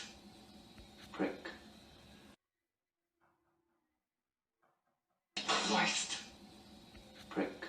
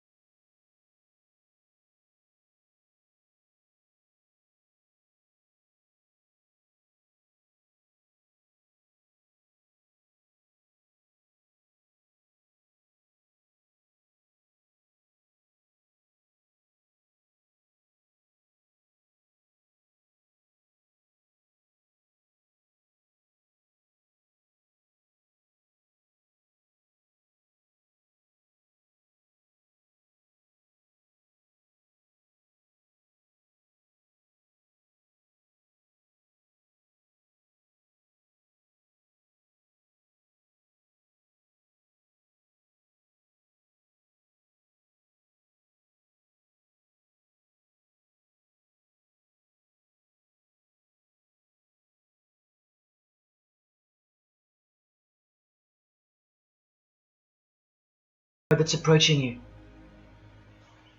And you can stay on the path which curves to the left by denying the existence of Satanism in the fullness that you've been shown. Or you can surrender to the truth and take the right-hand path. Now, where that road could lead is the sweetest risk you'll ever take. Are you still pretending that this one-eye religion of Freemasonry isn't Luciferianism? See, this here is the biggest obstacle you'll ever face. The very thing that could lead you to the prize is the very thing that will keep you from it. The reality of international Satanism. In the shadow of Christianity, Satanism has always been there. With every church that sprung up, so did its invisible enemy, the Satanic Church, growing out of sight and out of mind from this to this. And Christianity has long been deprived of its power, as clearly demonstrable by the absolute lack of preaching against the institution of Freemasonry. Satanism's magic cloak, Satanism's magic trick, that's Freemasonry. And how they are laughing for now. So Freemasons are at the helm of the power structure of society, which means Satanism rules. And they're making their move for the new order of the ages. Are you that besotted by this evil world that you'll even deny the existence of secret societies? And what about the American president, John Kennedy? Was he just a nutjob like me? Warning us about an international secret society with an international secret plot. A Freemason trying to tell you and the world about Freemasonry. Shot through the head. I've shown you who they are. I've shown you how they successfully operate with degrees of initiations and horrific and illegal oaths of secrecy. And I've shown you why they are a secret society. I've proven it to you. And only now that I've done that, I can show you in this many minutes what the shocking new order that Freemasonry has so cautiously been guiding us toward actually looks like. And of course you won't believe that either. By now there's a 98.5% chance that you belong to the world. And in that case, the world can do, will do, and is doing whatever the hell it wants to with you. And when all you have is the world, you'll do anything to hold on to it. Christian or not, most of you will follow this world straight to the slaughterhouse in the name of peace, safety, and progress. Clinging to it, because all you love is inside it. Blissfully ignoring people like me warning you of who's really in charge of it. Men, women, actors, singers, businessmen, and politicians, all interlocked, whose God is named Lucifer. You've seen it with your own eyes, but now you can hear it with your own ears from this 33-degree Freemason in person, just in case the Masonic literature wasn't enough for you. Okay, define Lucifer for me. Pure, virtuous, wholesome, innocent individual that's out to help people. Lucifer is? Yeah. Say that again. Lucifer is a pure, holy... Virtuous. Virtuous. Now, see the Lucifer that God created? That's the same one. Oh, man, this is great. I'm going to put this on the internet. Oh, God bless you, brother. Because that's exactly what the Shriners and Masons teach, is that Lucifer is light. No. And you're about those confirming hospitals? You know what, sir? Jesus said, many will say to me on that day, Lord, Lord, we did not do these good deeds in your name? And you'll say, away from me, you workers of iniquity, I never knew you. Jesus said it? In Matthew chapter 5. You've been bred from childhood to fall for the biggest lie ever told, that Satan doesn't exist. And if Satan doesn't exist, well then neither does Jesus. And while your heroes and idols know full well that they do exist. And when I say you've been bred from childhood, I mean just that. Walter Disney was a high-ranking Freemason. Here's a Masonic stamp dedicated to him, and his very exclusive Club 33, which stands for the 33 degrees of Freemasonry. And who's the god of the 33rd degree Freemason, Walt Disney? Well, Walter hides the answer in plain sight because that's what Freemasons do. Firstly, the God of Mr. Disney is wicked. See how they veil evil with a cloak of innocence? What does the word veil itself conceal? Secondly, Walter's God is horny, symbolized by the horned god of the witches. And we all know Walt Disney loves magic, which is witchcraft. So the depictions of sex are hidden in plain sight as well. Remember, lust produces life, not love. So lust is purity, lust is love for the high degree Freemason. And thirdly, he hides the number of his God's name in the open as well. No, that's not a 666 he's seeing interwoven in the design. That would be ridiculous, wouldn't it? Not even when they separate the sixes from the name, all three of them, and place them together for you like this, in plain sight. No, not even then will people see. Do you think things are any better 50 years later? Here's the Eye of Lucifer in the Nickelodeon channel, and his lightning flash. Remember what they actually believe about Satan. From Freemason Helena Blavatsky's book, The Secret Doctrine, meaning the secret belief. Who is Satan? He is the angel who was proud enough to believe himself God, brave enough to buy his independence at the price of eternal suffering and torture, beautiful enough to have adored himself in full divine light, strong enough to still reign in darkness amidst agony. Helena Blavatsky is suggested as recommended reading by the Encyclopedia of Freemasonry right here. And the Grand Pontiff of Universal Freemasonry, speaking of Lucifer, Satan and the Devil on page 407, writes that to the initiate, the devil is the instrument of liberty or free will. That's who Lucifer is to them, okay? To show you how little you know of who you're dealing with and the extent of this religion's influence and power, not to mention their plans, let me jump ahead for a minute. Watch this. This is Lucius Trust. The Lucius Trust is a non-for-profit service organization incorporated in the United States in 1922, and their objective from Lucius Trust website, dedicated to the establishment of a new and better way of life for everyone in the world based on the fulfillment of the divine plan for humanity. The divine plan. A new way of life, like a new world system, like a new order. Now, you want to see who they work for? The Lucius Trust has consultative status with the Economic and Social Council of the United Nations. The United Nations, the UN. They consult the United Nations of the world. They advise the United Nations of the world. Now look at this. The Lucius Trust's publishing company was founded in the early 1920s as Lucifer Publishing Company. The Lucius Trust says that the name was probably chosen to honor Lucifer. What on earth does a modern day consultant to the most powerful and progressive force engaged in uniting all nations under one banner, the UN, have to do with the fallen angel of the Holy Bible? The one that Jesus Christ told us would manifest on earth as a world ruler, to deceive the whole world into a new world system. Yes, that angel. Why on earth would they honor that angel? Well, that's easy. They were founded by Freemasons. Incorporated into the United States by Alice Bailey and her husband Foster. Well, here's a book written by Foster the Freemason, The Spirit of Freemasonry, published by Lucius Press, also known as Lucifer Publishing.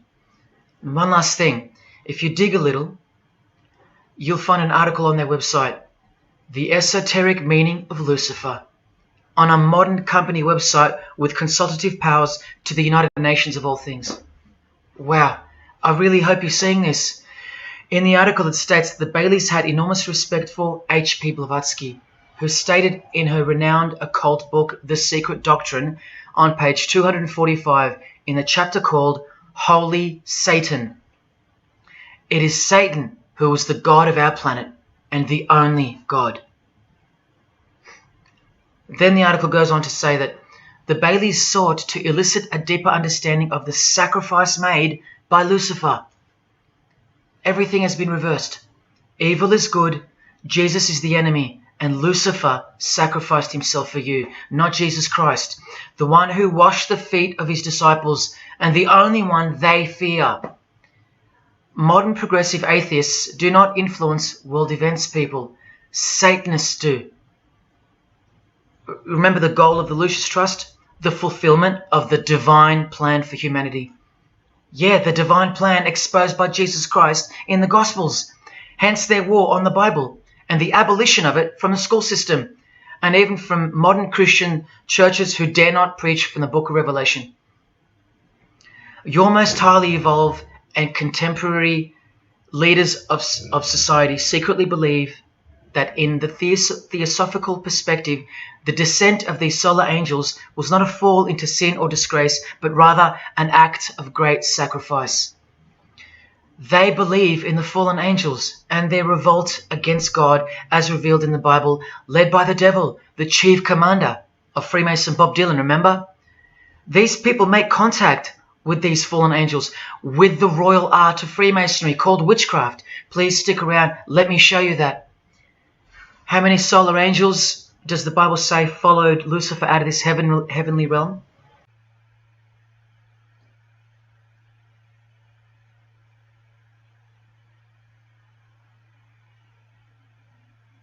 A third of the angels makes 33%.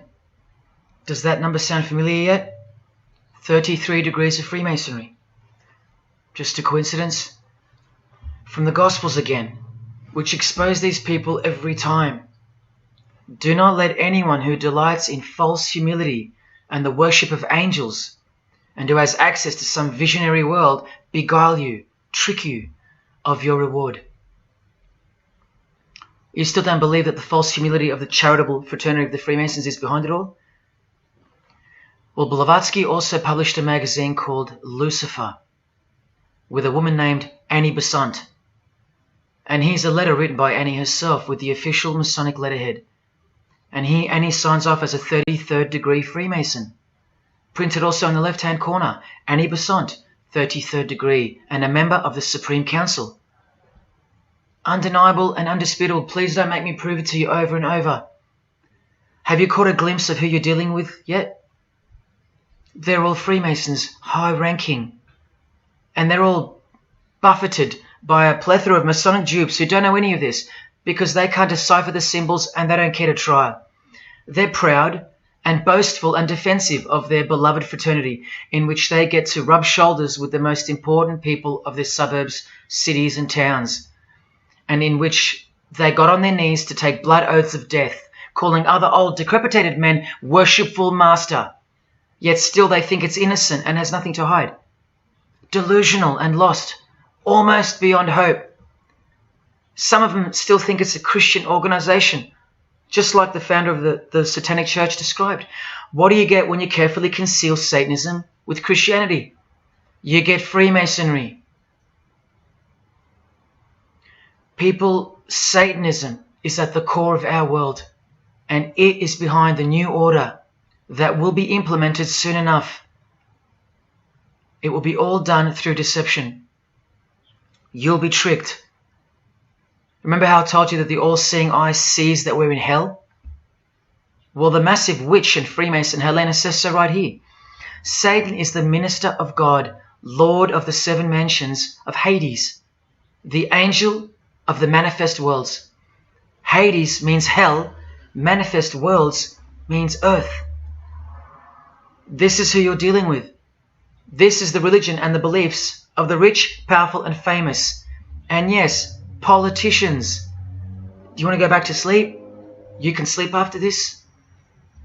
Or wait till I show you what they're going to do to you, coming up in this many minutes.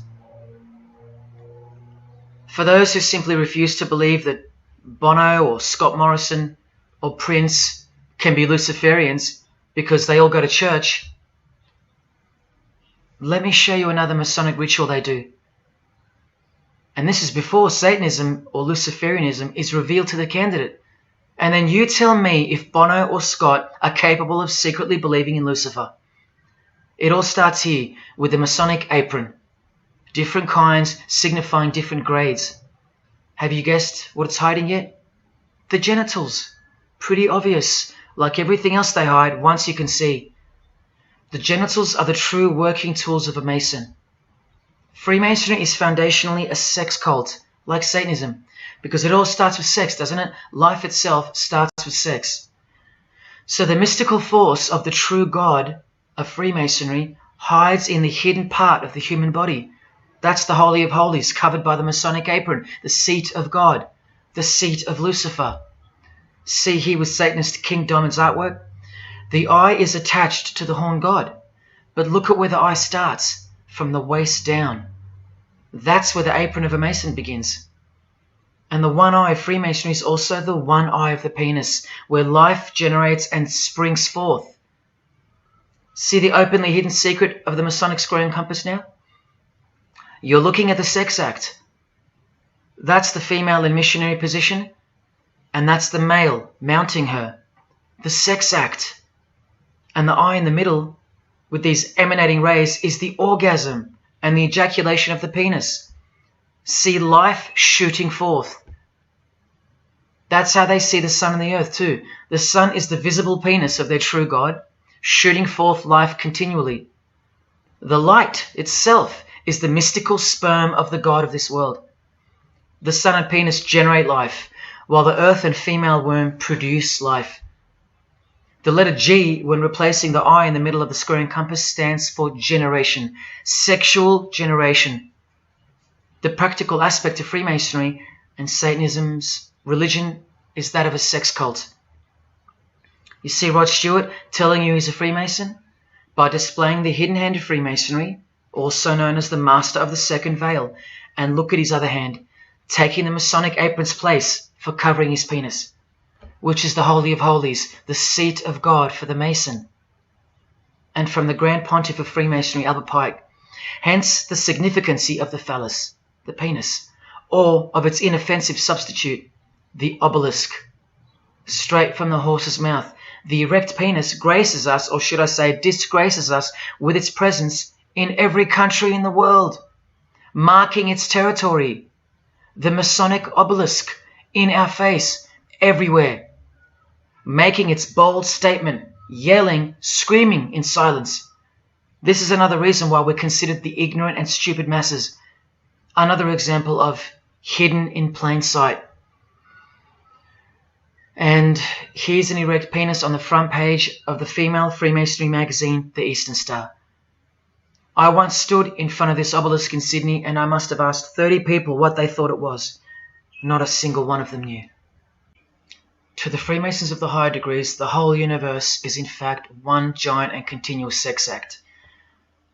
This is the structure of Freemasonry. You can take this path to the top or this path. And way up here, you have the Order of the Mystic Shrine.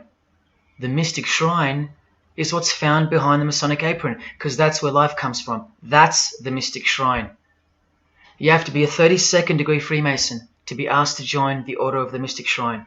And then, once you're inside, you can be invited to join this order, the Royal Order of Jesters. See, Freemasonry is like Russian dolls, and Satanism is at its center. Look at some of the pins and lapel designs for the Order of the Jesters. You can only join them unless you're at least a 32nd degree Freemason. Sex and debauchery. Erections. The adoration of the phallus. Masturbation. Devils. Demons. Fallen angels. This one here, mocking holiness, reference to the anus, and sodomy, anything to mock the Bible. This disgusting one has King Momus sitting on a female's face, and hidden in plain sight is the square and the compass, for those who have eyes to see. Bestiality, yes indeed. this bagpipe player has an erection and the sheep is running away scared. Self-explanatory. This character has an emphasized eye, if you can see that, and the skull has an emphasized eye also. The wink and the one eye of the Indian. And the secrecy, the symbols of secrecy. On the far right here, the monkey covers his groin area, symbolizing the Masonic apron, and the black and white dogs, well, they symbolize the checkered floorboard of the Masonic Lodge, which is sexualized male and female principles, the horned god, where evil and good don't exist. And in the first degree, Masons are given a Bible stamped with a square and compass, oblivious to the inherent mockery and the foundation of the whole fraternity, as alluded to here with a genuine Royal Order of Jesters private lapel. This is a certificate that a jester receives after his initiation, and you see here their patron is named King Momus, and he was a god, or a daemon, which is a variant of the word demon, who was expelled from heaven, as the legend goes. Sounds just like Lucifer, because it is. Did Freemasonry disassociate themselves from the tax-exempt branch of Freemasonry known as the Jesters? Well, no, they didn't, because, I mean, this is rare footage of an event within the lodge. Now, I'm sorry about the quality of this, but this is a Masonic lodge. So for Masons that want to say that the Jesters are contrary to Masonry, well, look at these dirty old men, masters of the lodge, with sublime morals, all married, probably all have daughters and granddaughters, yet still this, inside the lodge. But for you it should be obvious, because you can see the square and compass, the sex act, and the all-seeing eye right in the middle. I told you that Satanism was the oldest religion in the world, and it is. The sex act was ritualized and organized as a religion before we called it Satanism. But Satan has always been the god, the horny god, the horned god of these sex cults. All of them, from Samaria to Egypt to Greece and so on, that's called paganism.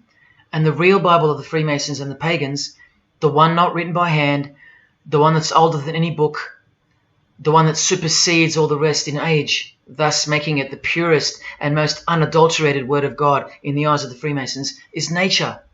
Nature is their Bible.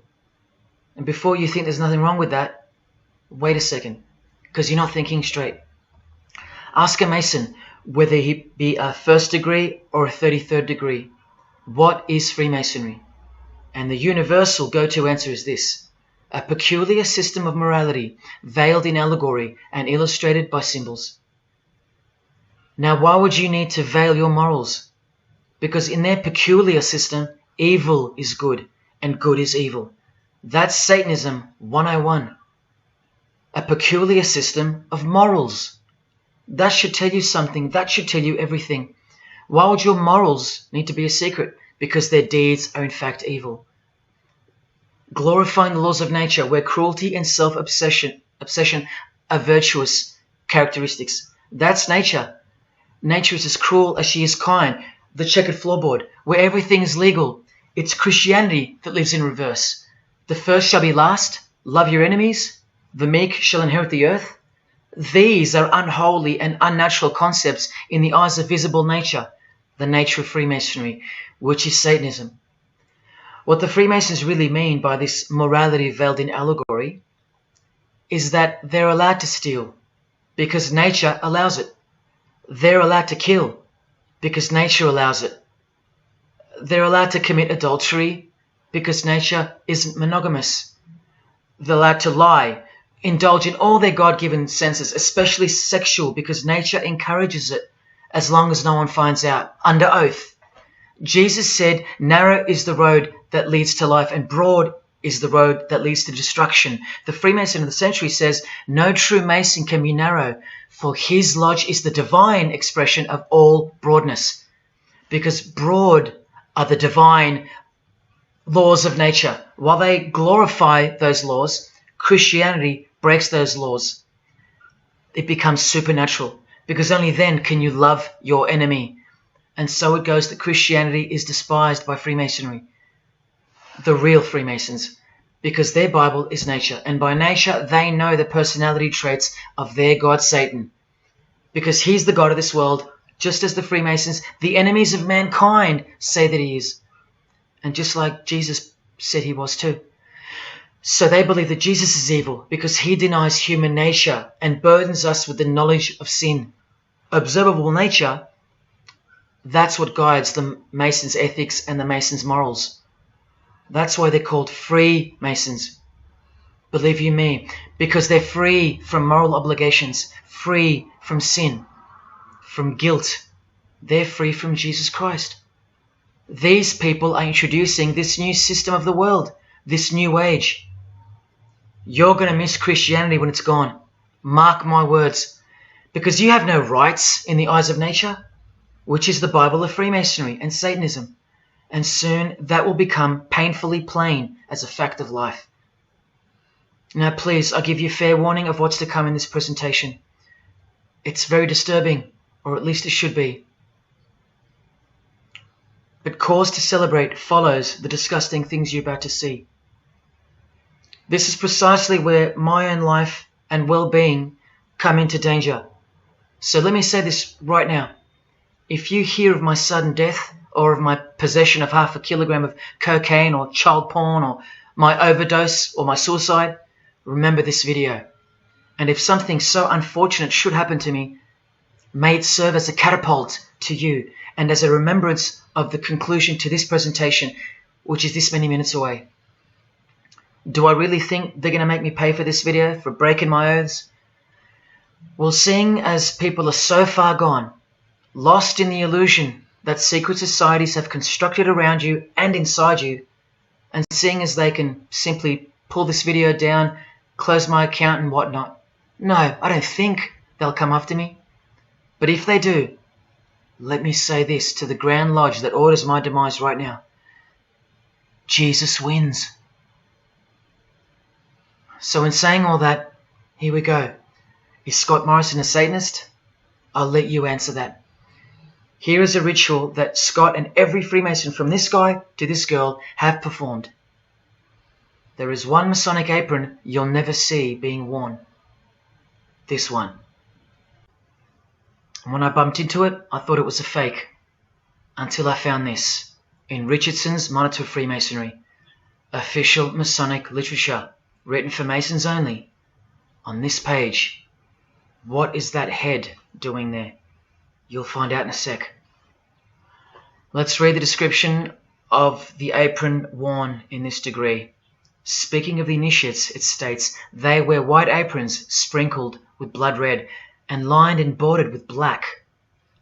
On the flap of the apron, a bloody arm holding a dagger, and on the apron, a bloody arm holding a bloody head by the hair.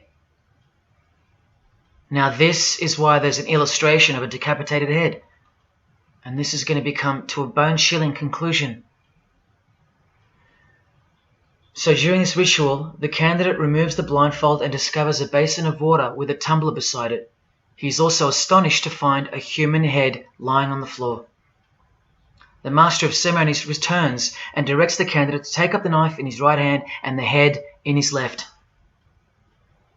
Yes, this Pope, this rock star, this pop star, this actor, this actress, and this beloved Prime Minister. This is what they've done. All of them, hands down. And you thought all you needed to be is talented to succeed? No, you need to belong to the secret society called Freemasonry. And believe me, when you belong to them, you belong to them. Now you tell me, can these people end up believing in Lucifer? Is that really a stretch? Carrying around a bloody head? Swearing to have your brain cooked, tongue torn out from the roots if you ever reveal anything? No, the stretch is that you think they couldn't believe in Lucifer. That's the stretch. Lucifer, the one who sets you free, remember, from sin by sinning. Can you now see the bloody spirit of Freemasonry lurking behind the veneer of charity and the veneer of Christianity? Because Scott Morrison goes to church, apparently. The Pope is a Christian, apparently. But look at these people. So-called Christians or Christians gathered around a giant erect phallus in the middle of the Catholic square. This is Freemasonry, the demolition of morals, the creation of hypocrisy, and the demolition of true virtue. These minds are directing the future. Now, to be fair, I don't know if these heads are real heads. I never got that far to find out. But I will tell you this. All the skulls they use they're real. All the skeletons they use they're real. And they run every single noteworthy funeral home in Australia and the world. I know that personally and for a fact. Once again, you are only seeing the tip of the iceberg, because I can't bring myself to tell you about what I really know of the rituals that come after the 33rd degree Freemasonry.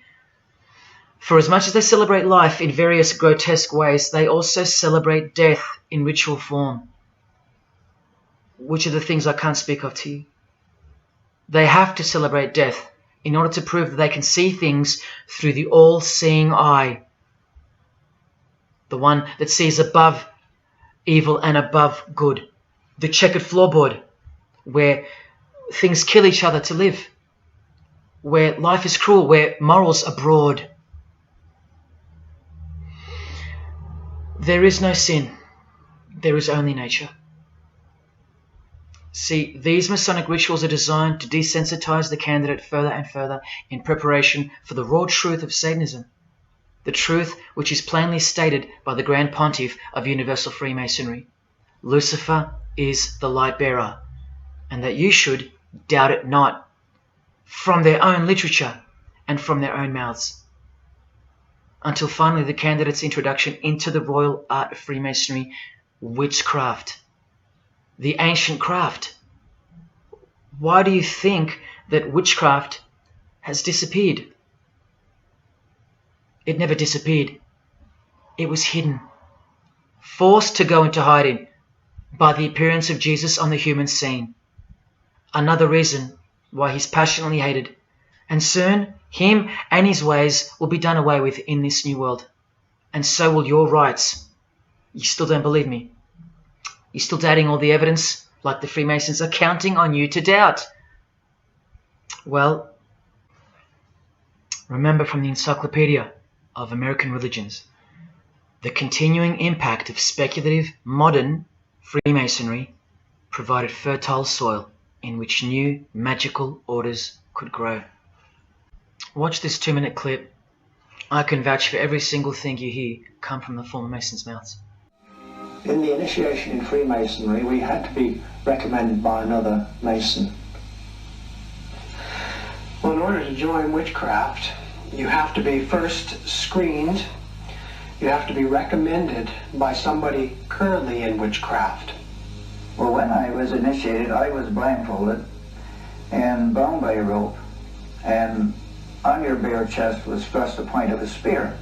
In witchcraft, we were initiated through a very involved ritual, initiation ceremony, wherein the candidate was led blindfolded, bound by a rope to the edge of the magic circle. And the rope is around your neck and you're led forward. And up front, at the eastern end of the building, is a person who's a worshipful master. And you kneel down before him as if he were a god. You were met by the high priest or high priestess at that time, usually with a sword to your chest. When I went to enter the lodge, a sharp object was put to my left breast. And I was warned that should I reveal any of the secrets of Freemasonry, to know what to expect. When you're presented before the high priest, a sword is held against your chest, and you actually take a blood oath, promising to remain faithful to the secrets of witchcraft. Well, when you are in the room, this blindfold is taken away from you, and this is a time when they say that you're coming from darkness into light. During the initiation ceremony, the initiate is led by the lieutenant of the high priest and is challenged at the edge of the circle by someone saying, "Who goes there?" And the answer is, "One from the world of darkness." In Masonry, the prayers are ended with "So mote it be." Oh, and one of the other aspects of, or distinctives of the craft was that we would always end any spell or ritual where we released the power, this is where the power was released, with the word "So mote it be." By now this should sound like a stupid question, but why do you think that the initiation ceremonies into witchcraft are almost identical to that of Freemasonry? I'm not even going to answer that. Come on, people, wake up with me. Here's Kylie Minogue, a Freemason, okay? Hidden hand of Freemasonry and the one-eye symbolism of the god of her religion. Now here she is giving the vow of silence, but what the masses fail to see is what's written on the book she's holding.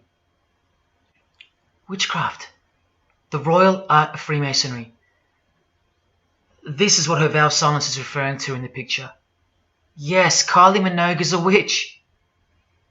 And if you're still that deluded by the magic wand that is television, entertainment, movies, media and whatnot, then you'll no doubt fail to use the incredible eyes that God gave you, from which to see the real world with, the evil world, where Satanists are at the helm. The ban on witchcraft was only officially lifted in England in the 50s, after more than 1,500 years. So that tells you who's in control now. And when I give you a glimpse into witchcraft in a minute, you'll see why it's evil and why it should be anything but legal, even when using it for so-called good, because the well they draw from is poisoned. But thanks to propaganda, the craft of the witch has been absorbed into the realm of fantasy. Justin Timberlake here is also referring to magic in this cover art, with the all-seeing eye looking through the number of their god. Magic. Magic is a much smoother and more acceptable word than witchcraft, that other word. That word still retains its ferociousness, its true character, but that word has been sterilized. That word isn't real to you anymore. You can't feel it for what it really is. Or if you do, your mind has isolated it, confined it to some small groups of unimportance scattered here and there over this diverse world. And so it's nothing to be feared or concerned about. But that's the furthest thing from the truth. Now, some witches want to say that witchcraft isn't Satanism. That's either more delusion or misdirection, as confirmed here by Anton LaVey in the Companion to the Satanic Bible, when speaking of the followers of the Witchcraft Not Satanism school. He writes very accurately that they cannot afford to admit to an affinity with anything that bears the name Satan. He knows where the power of witchcraft comes from. Now, does that mean that Justin Timberlake is a Satanist because of his symbolism and the use of his word alluding to witchcraft in his artwork? Well, yes, actually, that's correct. He is. Here's a quote from one of his songs. You want to see who else is in good company with these famous idols? Suzanne Atkins. Same sign, same religion, Satanism. Do they all have to admit it in the English language for you to believe me? Or can the symbols they use finally be enough for you? Look at what another legendary Freemason, Arthur E. Waite, states. Out of evil comes good. And the confusion of tongues gave rise to the ancient practice of Masons conversing without the use of speech. Out of evil comes good, so it's good to do evil. That's what he's saying. See, I'm trying to include you into the conversation that the Freemasons are having with each other in public via symbolism, unbeknownst to you.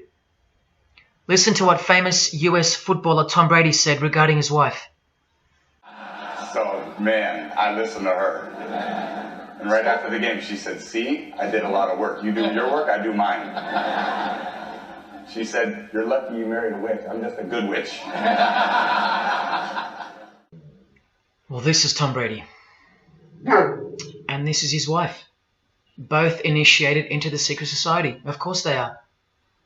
Wait, she's not displaying the one-eye symbol of the Freemasons, is she? That's just art, isn't it? Well, no, it's not. She's a witch, and her husband just told you she was. Here's Steve Miller's front cover to the famous song Abracadabra, and he covers his eye because he's a member of the one-eyed religion, and abracadabra is a legitimate word used in witchcraft. Here it is in the 100-year-old Encyclopedia of Freemasonry. Why would the word abracadabra be in the Encyclopedia of Freemasonry, the fraternity that runs charities, hospitals, nursing homes, and that secretly supply us with popes, presidents, prime ministers, kings and queens, and the bulk of our entertainers? Why? You know, I really think it's time to show you what the Satanists dressed as Freemasons are going to do to you and the world to finally establish their new world, their utopia. And this is going to be the segue into that. This is my last practical example of Freemasonry's satanic roots. And then I'll close this presentation with the most shocking thing you'll see or hear. You probably won't care, but to the precious few who remain, I will send you off with the greatest and most beautiful shock of all.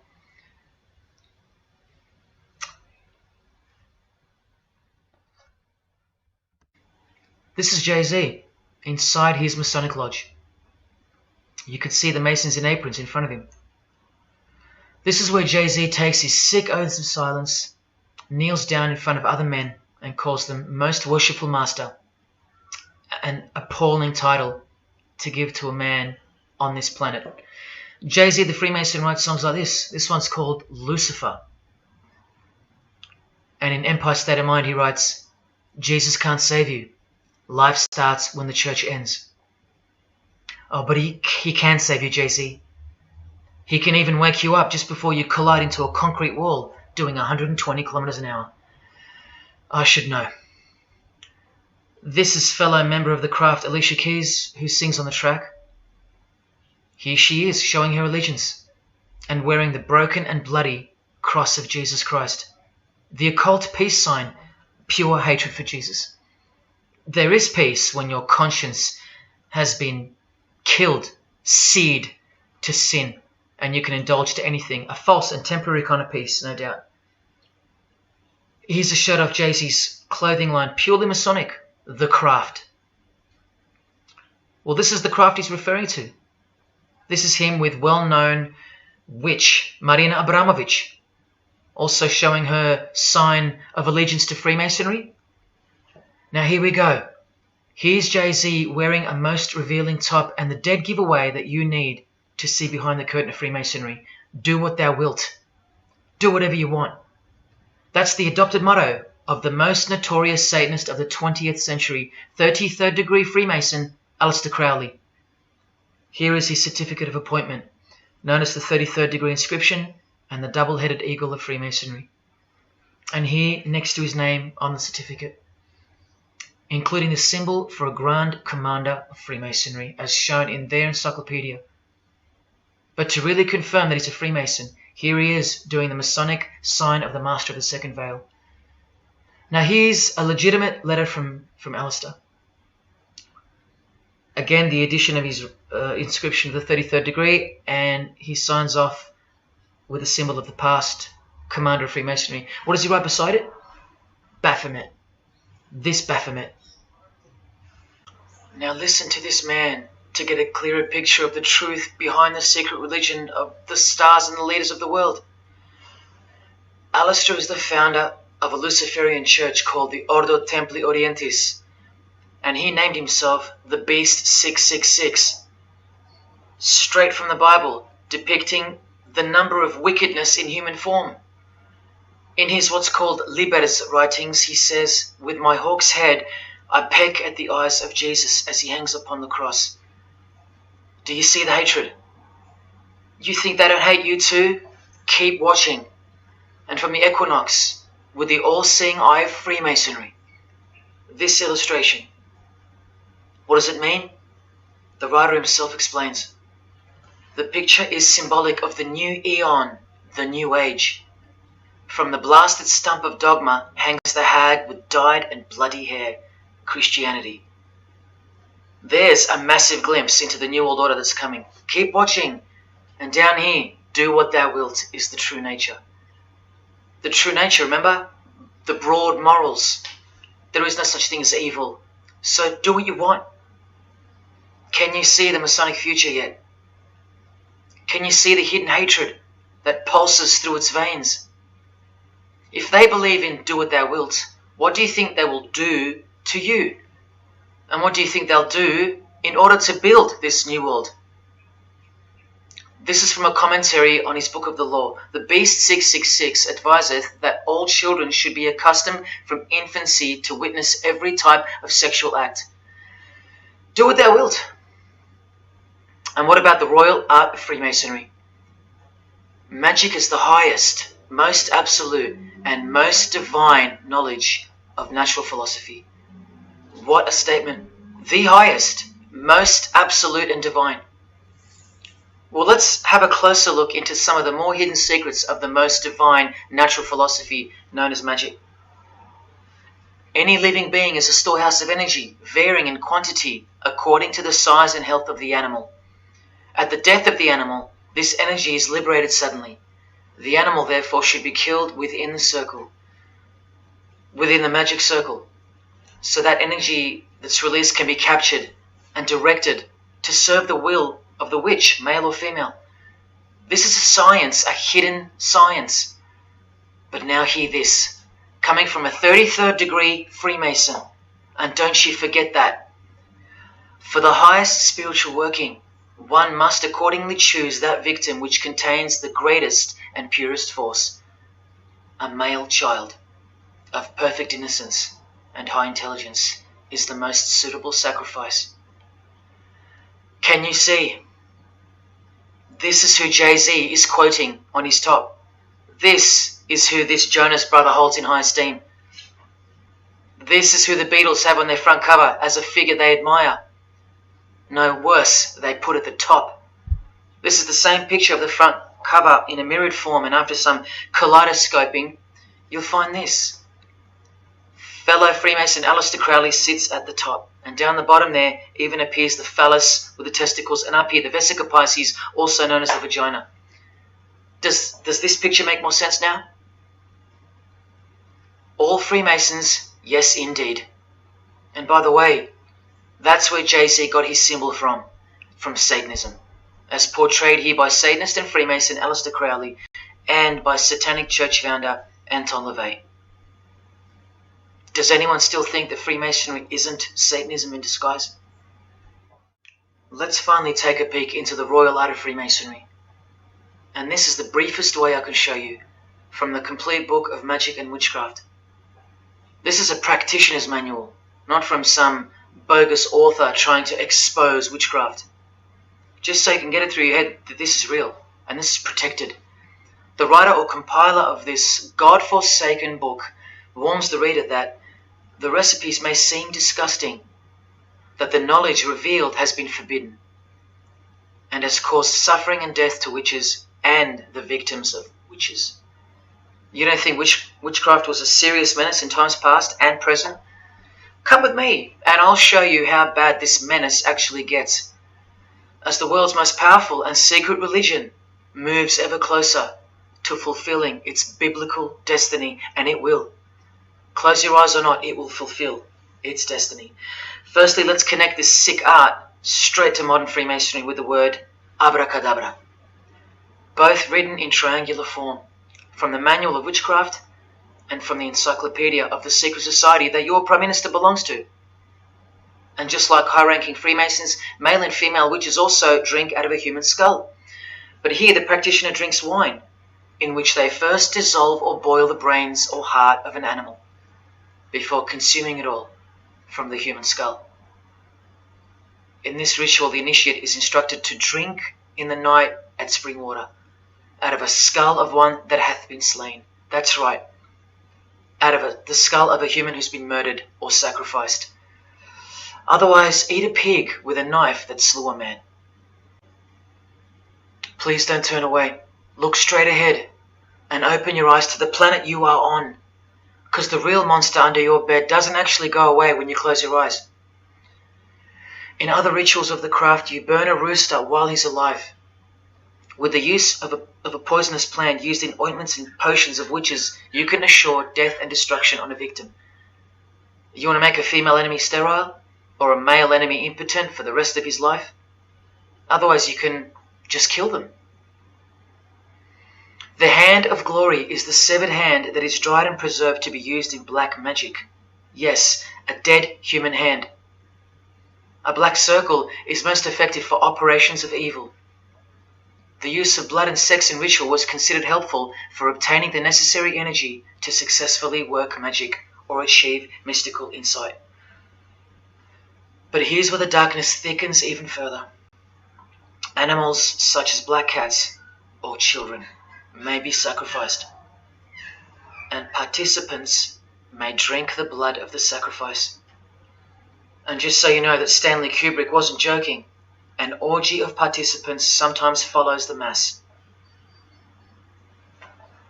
No remorse, just science. The science of witchcraft, the royal art. And here, what's necessary for the working is the fat of young children, dead children. How many children do you think go missing in Australia every year? That's how many. And what about the world? Is it 1 million? Well, according to the International Centre for Missing and Exploited Children, it's 8 million children per year. Do you think that the highest, most absolute, and most divine knowledge of natural philosophy has anything to do with that? Any chance of an international secret system that is bolstered by initiations and degrees, and bound under the most brutal penalties that the human mind can ever devise? Do you think that has any involvement? Any chance of that? Am I saying that this Freemason has sacrificed children? No, I never said that. But did he ever even remotely mention the secret societies? Did he ever try to warn you? Educate you? No, he was under oath. Am I saying that these Freemasons have sacrificed children? No, I never said that either. But have they ever warned you about the secret society that believes that Lucifer is the savior? The society functioning right under your nose, that secret society? No, not a chance. Julia Gillard admitted she belonged to one, but that's about it because they're all under oath. So where does this ancient craft originate from? It originates from the spirit realm, from spirit beings. That's who taught mankind the royal art before civilization began. In this chapter, The Rites of Satanism and Witchcraft, the manual explains that a typical satanic Sabbath was, number one, a homage to the devil, usually performed as the osculum infami, also known as the kiss of shame, which is so shameful that we'll just put it this way. The ritual involves kissing the hindquarters of the devil, the rear. Surely this is far removed from anything to do with Freemasonry. People, the original order of the Knights Templar were found guilty of this very same obscene ritual. And where do you find the modern variant of the Knights Templars of today? I told you, in the highest degree of Freemasonry, right here. Here's a couple of them now. And what's on this Templar's head? From the Masonic Encyclopedia, remember? A symbol of the Baphomet, according to 33rd degree Aleister Crowley. And we can confirm that in the Satanic Bible. That's exactly what's hiding deep inside of Freemasonry. I'm only showing you this to show you the reality of Satanism and the demonic realm, the world you can't see. On this earth? And in this earth and then in a world we can't see. Look here. The hierarchy of demons occupies a more important place in both black and white magic rituals. Both black and white. This is where the power of witchcraft comes from. And this is the reason these bizarre rituals actually function and actually work. Because after the ritual is performed on earth, its effects are carried out to their conclusion in the spirit realm by spiritual beings or demons, actual demons. The reality that is hidden from you. Because if you found out that Satan was real, then that would have to make Jesus Christ real too. And he is the one they hate. And if Jesus Christ is real, That changes everything. And this is how much they hate him. The prayer that Jesus taught his disciples is performed backwards. The high priest is sometimes naked. A prostitute assists him, and a naked virgin, who may later be deflowered, is the altar. Everything that is sacred is defiled, and everything that is filthy is honored as pure. Because of their burning hatred of Jesus Christ, just as he's hated by the fallen angels that they worship. It gets worse when you hear what they use as a substitute for the bread that Jesus broke and told his disciples to eat in remembrance of him. A wafer which initiates smear with this, this, and this. Or the name of Satan may be written upon it. And this isn't even witchcraft. This is just a ceremony announcing who they love and who they hate. So is Satan real?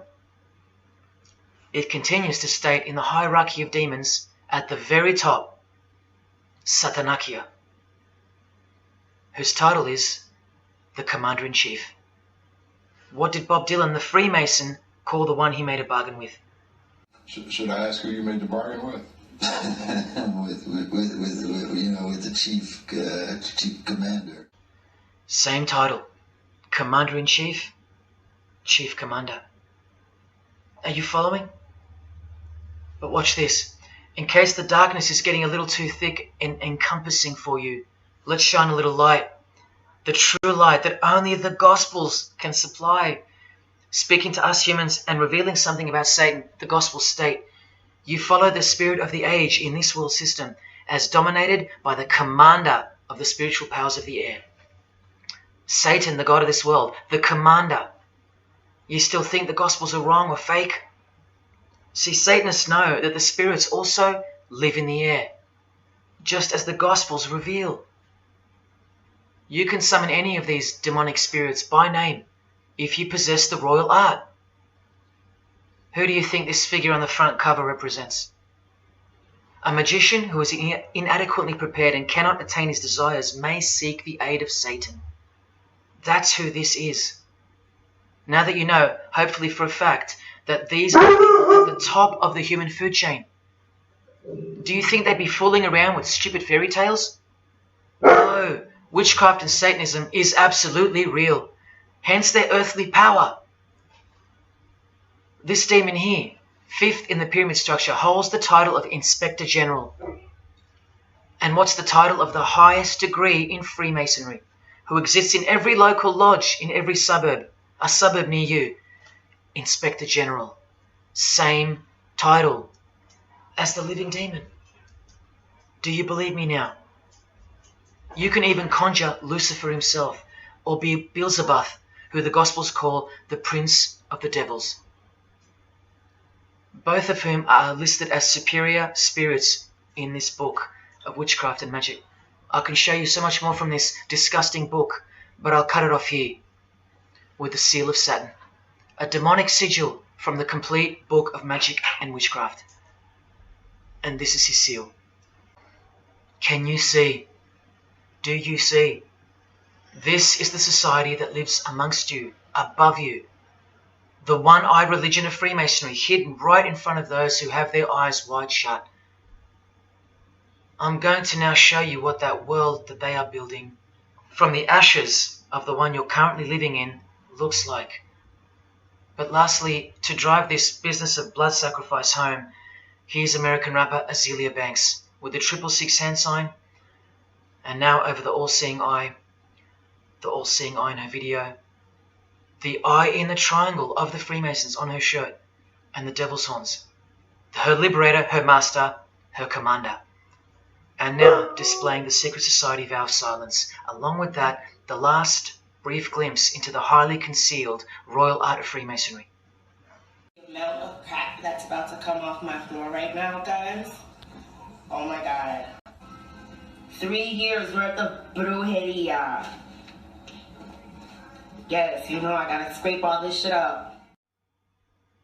And what does brujeria mean? You know what it means. Witchcraft. Azealia Banks, the witch, with her eye in the triangle shirt, and the logo of, for example, the Grand Lodge of Freemasonry in Spain. One and the same symbol. The logo of the Fraternity of the Freemasons and the logo of this Church of Lucifer. The one eye. One and the same symbol. Freemasonry has deceived you. Yes, people, now you know how Satanism has functioned out of sight and out of mind. You still think there's no such thing as witchcraft? Or that it only existed in the olden days? You still think that blood isn't a part of the royal art? You still think that local Masonic lodges of the world are not filtering systems for Satanists and a cloak for organized Satanism with a grand master plan for the world? You think there's nothing to the blood sacrifice of Jesus Christ? After seeing all this and the Azealia Banks clip, and after realizing that there exists a hidden and guarded science of the art of blood sacrifice, you think there was no science behind Jesus' crucifixion, a deeper reality that we can't see or understand? You think Jesus didn't know what he was doing? Or are you one of those who still think he didn't exist?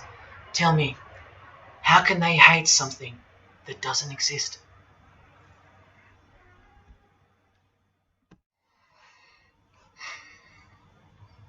If only you could hear from some other Freemasons who have the courage to break their oaths.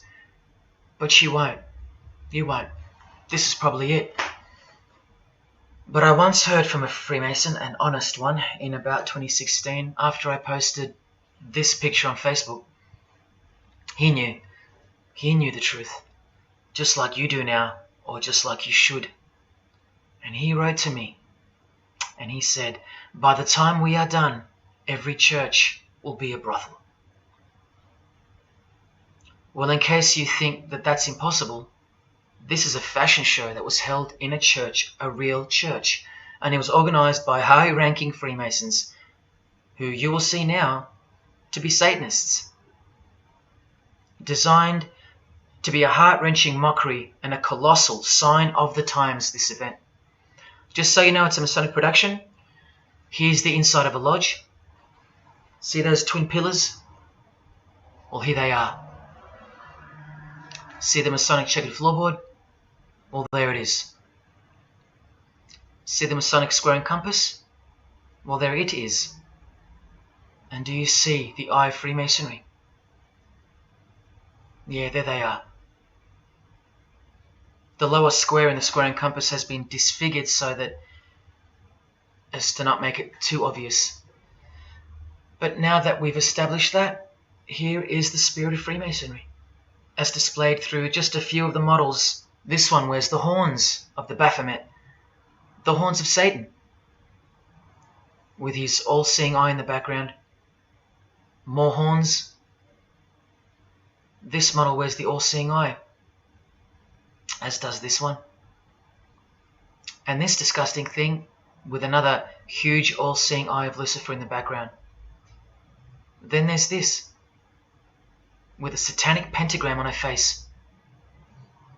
And finally, this male model in a skirt with two satanic inverted crosses of Jesus Christ on his top in a church. Oh, the morbid victory of the Freemasons. Unstoppable. For now. When people like Lady Gaga cover one eye while wearing an inverted cross, and you don't see the connection of the one eye symbolism to Satanism, then your observational skills have been compromised. In the span of 2 days, I saw these ads in my local shopping centre. And that alone tells me that the satanic age is here, manifesting all around us, seemingly invisible, while you look straight ahead through the symbols. Just like the initiation process of the secret societies themselves, society at large must be incrementally introduced and seduced into further depravity and self-love. And haven't we been slowly but surely perverted over time, degree by degree, until we think that men dressing as women is beautiful and healthy, anal sex is a form of expressing love, the sick world of pornography is considered as liberating for women and men, and protected by free speech. In California, babies are allowed to be aborted after birth because it's a woman's choice. and that's not considered murder. A world where we should applaud young children like Desmond is amazing, cross-dressing while he dances for gay men at a gay bar on a podium because he's paving the way for the kids of the future. And we should get shamed, fined, and even jailed if we point out that this is sick, sinful, and dare call it evil, which is what it is. What spirit is behind Desmond is amazing? Oh yeah, an evil spirit, no doubt about it. You think Freemasonry and their peculiar morals aren't behind the decline of Christian morality and morality worldwide? It's all by design. The Masonic war on Jesus and the Christian social structure, generally undetected by human perceptions, and still people will write to me and comment on how absurd what I've said is. A cloud over the eyes of their heart. Well, I tell you this. There is no bigger axe that has ever been grinded than the one Freemasonry grinds. Because the appearance of Jesus Christ pretty much destroyed their religion, drove it underground, and they will have their revenge. Soon you're going to see it.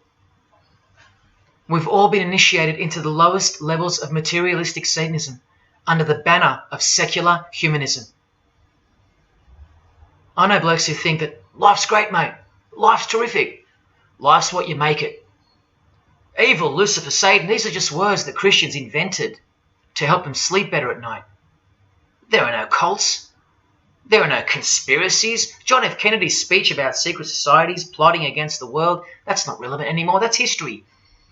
There's no such thing as Satanism amongst civilized people. Oh, children, when darkness comes to your door, takes your wife, takes your health, your job, your home, your freedom, your children, then you call out, oh my God, this is evil. Why is this happening to me? Well, here comes the darkness. Here comes the evil. You want to know what the New World Order looks like? You want to know what the future holds? You want to know what horror is coming to our planet? As Jesus told us, for then there will be great distress, unequaled from the beginning of the world until now, and never to be equaled again. Ladies and gentlemen, welcome to the Masonic New World Order. These are the mysterious Georgia Guidestones, also known as the American Stonehenge. They are a set of granite monoliths which were constructed in 1980 and funded by an unknown and anonymous group and commissioned by a man using the pseudonym R.C. Christian. On a ledger beside the monument is written, "Let these be guidestones to an age of reason." Here we have a reference to a new age. With this, we get a clue as to the spirit behind the structure. The Age of Reason happens to be the title of a book by Thomas Paine. Now, you can colour him any which way you want to, but whichever way, one glaring colour shines through. Thomas was a hater of Christianity. That's the second clue to the spirit behind the Georgia Guidestones. The third is the fact that the Guidestones feature as what could be seen as a replacement to the Ten Commandments of the Christian God with the new Ten Commandments of the New Age. Because I will not steal, cheat, lie, kill, and so on. They're just, well, too narrow for the New Age, for the Age of Reason. Clearly designed to be a take on the biblical commandments, being 10 in number. They are all very vague indeed. But anyone can ascertain the horror that must first take place before this New Age can begin by looking at the first guideline. Because this one's not vague at all. Maintain humanity at under 500 million. That's right, a reduction of at least 7 billion human beings would be necessary for that.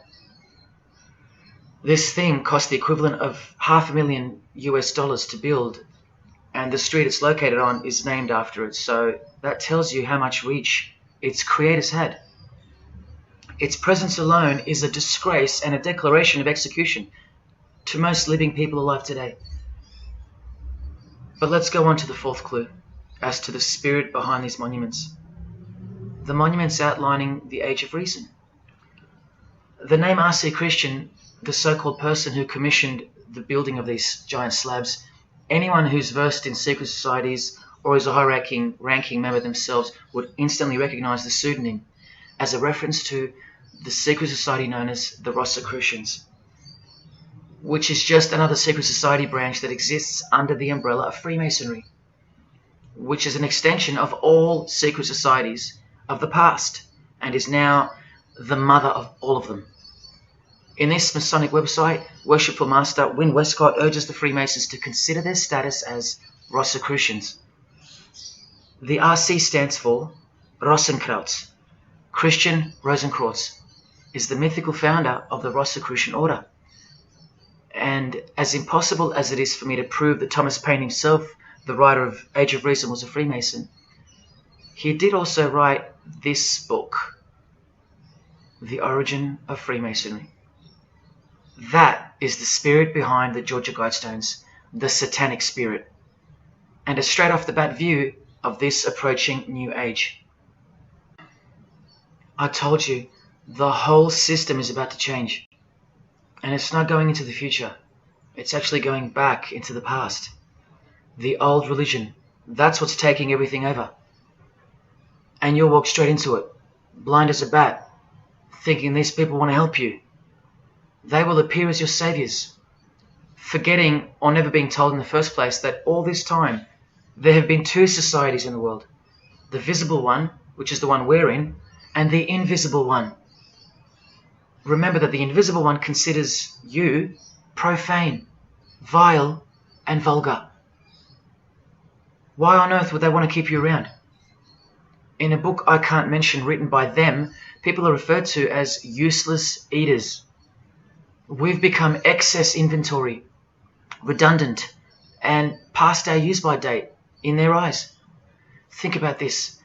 According to a prediction by information technology and research advisory firm Gartner, 1/3 of jobs will be replaced by software, robots, and smart machines by 2025. That's 4 years away. Google engineering director Ray Kurzweil anticipates that robots will have reached human-level intelligence by 2029. And by 2050, 80% of all jobs will be eliminated by automation.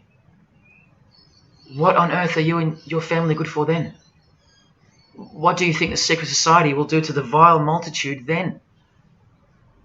The utopia is coming, but it ain't your utopia. You still think that by the measure of the minds of international Satanism, you should be kept around? This excess baggage that the bulk of society has become? No, no, no. The new age is dawning. And generally speaking, you're not invited. It'll just look like you are. Remember that Charles Darwin, the Freemason, is listed as an influential figure in the Satanic Church. So mass murder and mass death are natural and necessary themes in the name of evolution, an artificially induced evolution into this. Here's the same image in real life in Eilat, Israel, seemingly unrelated to the seal on the US dollar bill, right? But standing in glory with a Masonic square and compass, telling you exactly who owns this pyramidal symbol, complete with the one eye on top. Same symbol, same designers, worshipping the same God. You should be getting goosebumps by now. Is this a conspiracy led by international Freemasonry? Oh, you don't have to bet your life on it, because your life has already been placed as a bet on your behalf and without your knowledge, but with your permission, because all of the information is hidden in plain sight. In your face is where it's hidden. You're going to lose this battle unless you've been hidden in Jesus Christ, the only one who warned you that the new age is a trap and that it is the climax to this epic drama being played out on planet Earth. Now hang on, brace yourself, because I ain't going to let you down. This is a magazine called The New Age, but if you press rewind, you can find its source. Supreme Council of 33 Degree. Freemasonry. This one stretches way back to 1922. See the twin pillars of Freemasonry? Look, this is 19th century Freemason and New Age pioneer Helena Blavatsky on the cover of this edition. She's the one who wrote that darkness is absolute light, and that Satan is the god of our planet, and that we are in hell. But do you think the readers of these magazines are told that? No. Darkness is sold as light. Satan is disguised, and it's him in the details. This Masonic New Age magazine was the precursor to all magazines and trends, promoting the great deception of self-love and spirituality. Meanwhile, you're feeding off the plate that Luciferians serve you. Look at how the Satanic Bible in 1966 reveals the reality behind the curtain. Evidence of a new Satanic age. A new age. The new Satanic age. All rigged and all propelled by Freemasonry. Satanism's magic cloak. After all, and I think you should have guessed by now, that Anton Szandor LaVey, the founder of the Satanic Church, the one who vowed to help destroy Christianity, is himself a Freemason. I can't prove it to you, but I know it, because of not only his obvious fondness of the fraternity of the Freemasons and the mention of it in his Satanic Bible, and its vital role in the Satanic takeover, but also because of the symbols, specifically this one, generally called the Devil's Claw or the Lion's Paw. Freemason James de Rothschild displaying the Devil's Claw or the Lion's Paw. X-Factor's L.A. Reid showing the Devil's Horns next to fellow Freemason Avril Lavigne. The Secret Society sign for the Devil's Number, and displaying the Devil's Claw over and over. The better example is with New Age guru Annie Besant, co-writer of Lucifer magazine and 33rd degree Freemason, also showing the Lion's Paw here and here. But the best example I have is with Aerosmith, guitarist Joe Perry clearly displaying the sign of the Master of the Second Veil of the Freemasons, and right next to him, Steven Tyler, doing the Lion's Paw. Clearly both Freemasons, secretly showing their allegiance with symbols. And here's Anton LaVey displaying the same Masonic symbol. Yes, a Freemason founded the Satanic Church.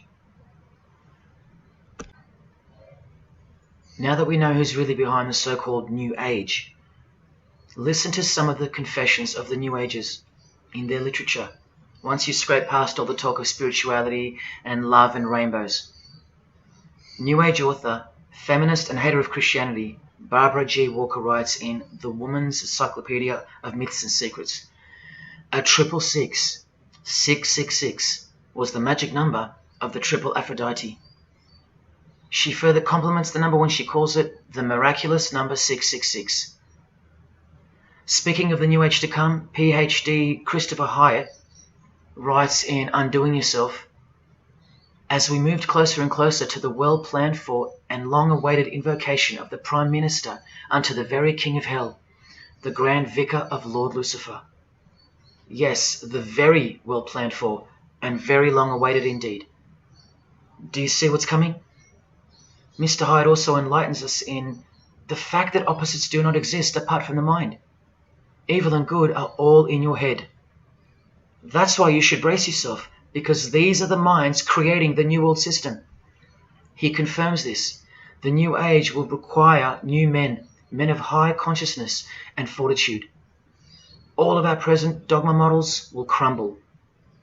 He means the Christian and the Christian social structure will crumble.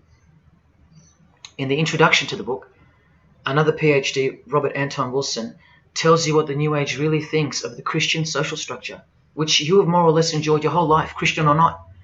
Christianity and democracy have been among the worst disasters to ever befall the human race. I told you, atheists, you're going to miss Christianity when it's gone. Here's a picture of Robert with the Masonic eye in the triangle on the wall behind him. Remember where the term New Age came from.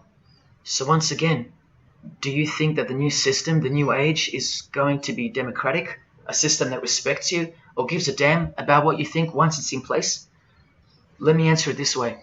Christopher Hyatt quotes from one of his literary heroes and famed philosopher, Friedrich Nietzsche, who said, "What is more harmful than any vice? Active sympathy for the ill-constituted and weak, Christianity." So to be a Christian and to actively have sympathy for the weak, that's the worst vice. That's backward and evil. So the answer is no. This is what I'm warning you about. And look, Friedrich's work has exerted a profound influence on modern history. That's from Wikipedia. You know what else Friedrich said? You probably won't find this on Wikipedia. The domestic animal, the herd animal, the sick animal man. That's the Christian. And what book of Friedrich Nietzsche were these quotes pulled from? The Antichrist. Nietzsche also wrote Beyond Good and Evil. That's how the all-seeing eye sees things, remember? So does Christopher Hyatt mention mass murder and depopulation in his book? Sure, here you go. Those who would survive can do so only by grasping the vision of what lies ahead. The new wave that will carry them into an interesting future. Yeah, where the vicar of Lucifer is God and Prime Minister. He openly admits the identity of this man. This Antichrist that most of you still think is a fairy tale figure from a fairy tale book. Jesus calls him the man of sin whose number is 666. The actual Antichrist, beloved of the secret societies. Yes, people, the New Age is satanic, actually and literally. On the front cover of this book, in which Christopher was co-writer, you can clearly see the eye in the triangle of the Freemasons above the Baphomet. Christopher admits in another book that both satanic cults and Christian fundamentalists are closer to seeing the truth than most normal people. Yes, indeed, how true that is. In Coming World Changes, Harriet and Homer Curtis speak of a prophecy they received from a mysterious spirit titled King of the World. Now, I wonder who that could be.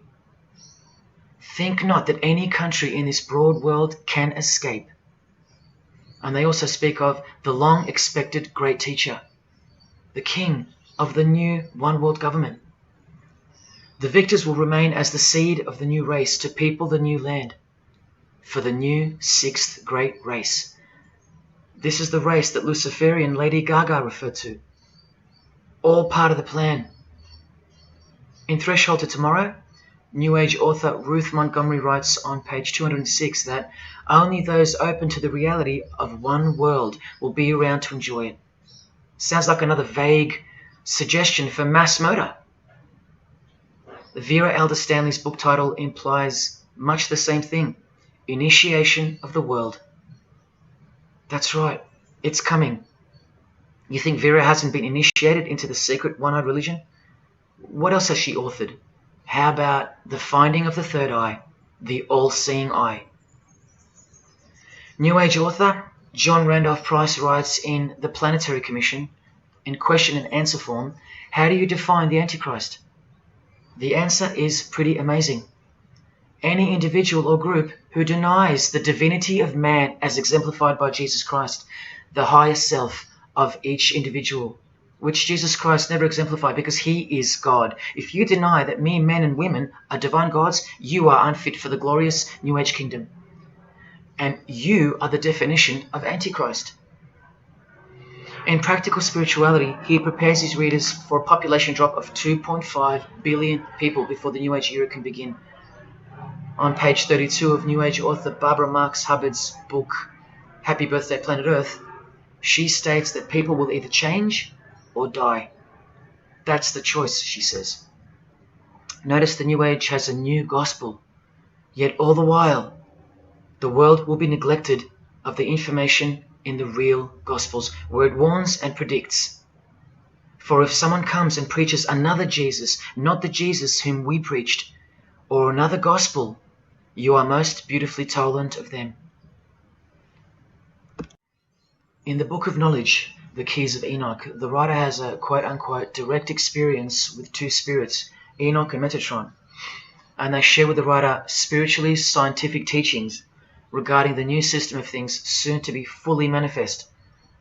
The reason this work is considered extra special amongst its readers is because it was the first book to point out the alignment between the Great Pyramid and the constellation of Orion. The first book ever. That's basically proof that these spirits, Enoch and Metatron, are the real deal.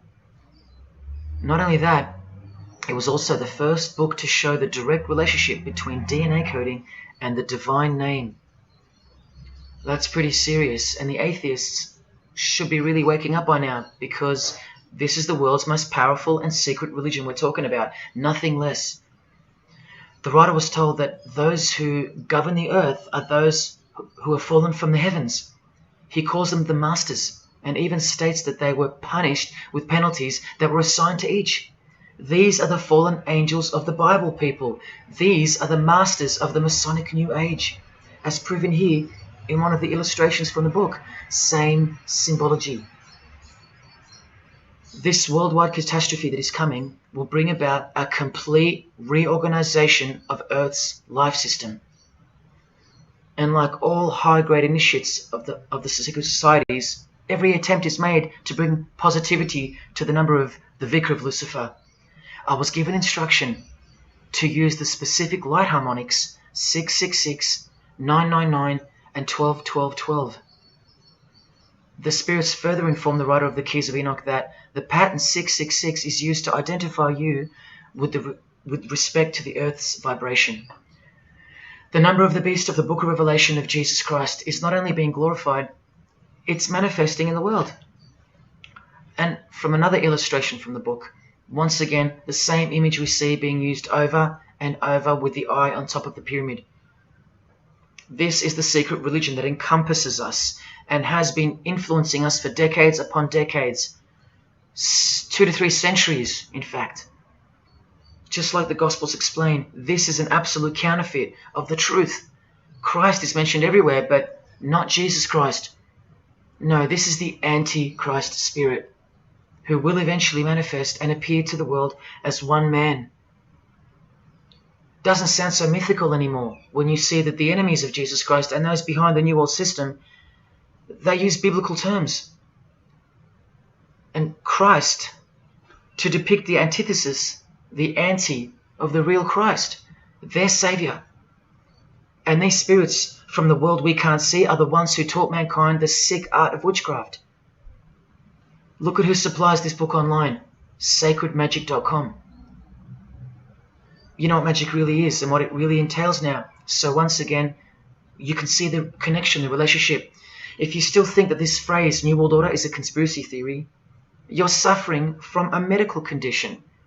On the Lucius Trust website, the consultants to the European Union, you find the statement that the New World servers are occupied with the task of inaugurating the New World Order.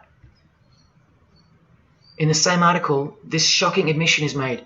2/3 of humanity will stand upon the path at the close of this age, and with that, 1/3 will die, or to put it surreptitiously, will be held over for later unfoldment.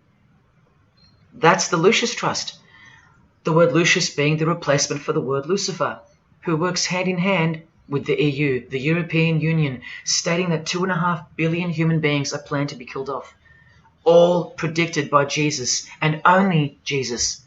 And if you still think I'm joking or misleading you about what these people are and what they plan to do, here's a book written by the founder of the Lucius Trust, the Freemason Alice Bailey, Education in the New Age, where she, educates you about mass population reduction. When a form proves inadequate or too diseased or too crippled for the expression of that purpose, it is, from the point of view of the hierarchy, no disaster when that form has to go. Death is not a disaster to be feared. The work of the destroyer is not really cruel or undesirable. Do you see? Did you hear that? Through the all-seeing eye of Lucifer, the destroyer, for the purpose of the new world, death and mass murder isn't evil, it's good. And Alice Bailey in The Labours of Hercules also tries to re-educate us and protect that God-forsaken number, predicted in the Gospels to be associated with evil. The number of the physical plane activity is called the number of the beast. This idea seems to have a horrible fascination with many, but what it really means is that Virgo is the symbol of triplicity. 6 on the physical plane, 6 on the emotional plane, and 6 on the mental plane. Not 666 at all. And one more time, from the consultants to the European Union, from their website Lucius Trust, to prove to you that these people are all working toward and waiting for the world leader. The coming of the avatar and the advent of the coming one are the keynotes of the prevalent expectancy. After everything I've shown you, are you going to ignore this? Or worse, are you going to trust these people, of whom were predicted to this very condemnation 2,000 years ago? Right down to a one-world system, depopulation, and to the man who will carry the number 666, and with it implement a new system in which you won't be able to buy or sell unless you receive a mark in your hand or forehead. And what's just been announced by Business Insider? Cashless society. Due to this, by 2024. This is the manufactured trend for the world. And you better believe it's fulfilling biblical prophecy. You know that book that's been ripped out of schools and hysterically discredited? Why do you think there's a single eye displayed on all the covers of George Orwell's dystopian novel 1984?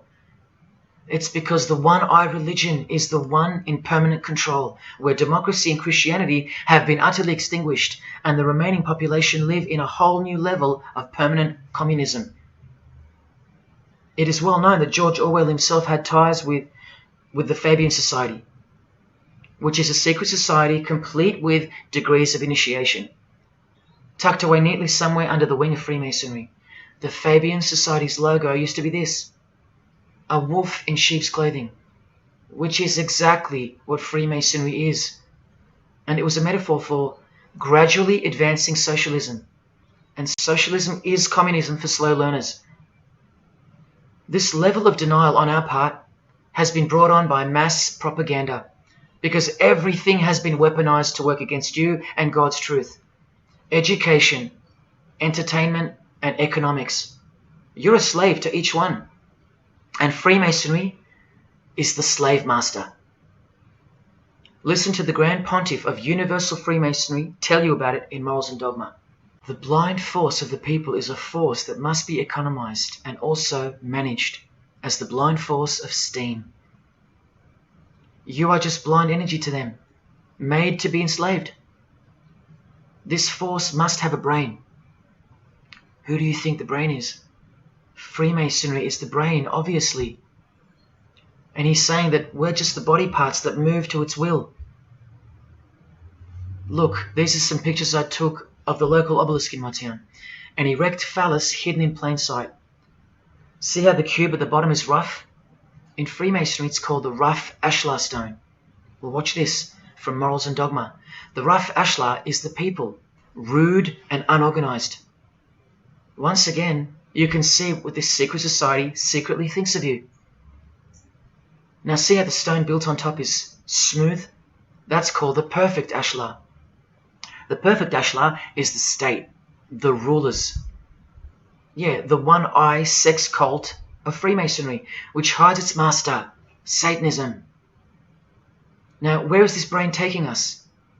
Remember, this guy is the general who fought against the United States forces to uphold the institution of slavery.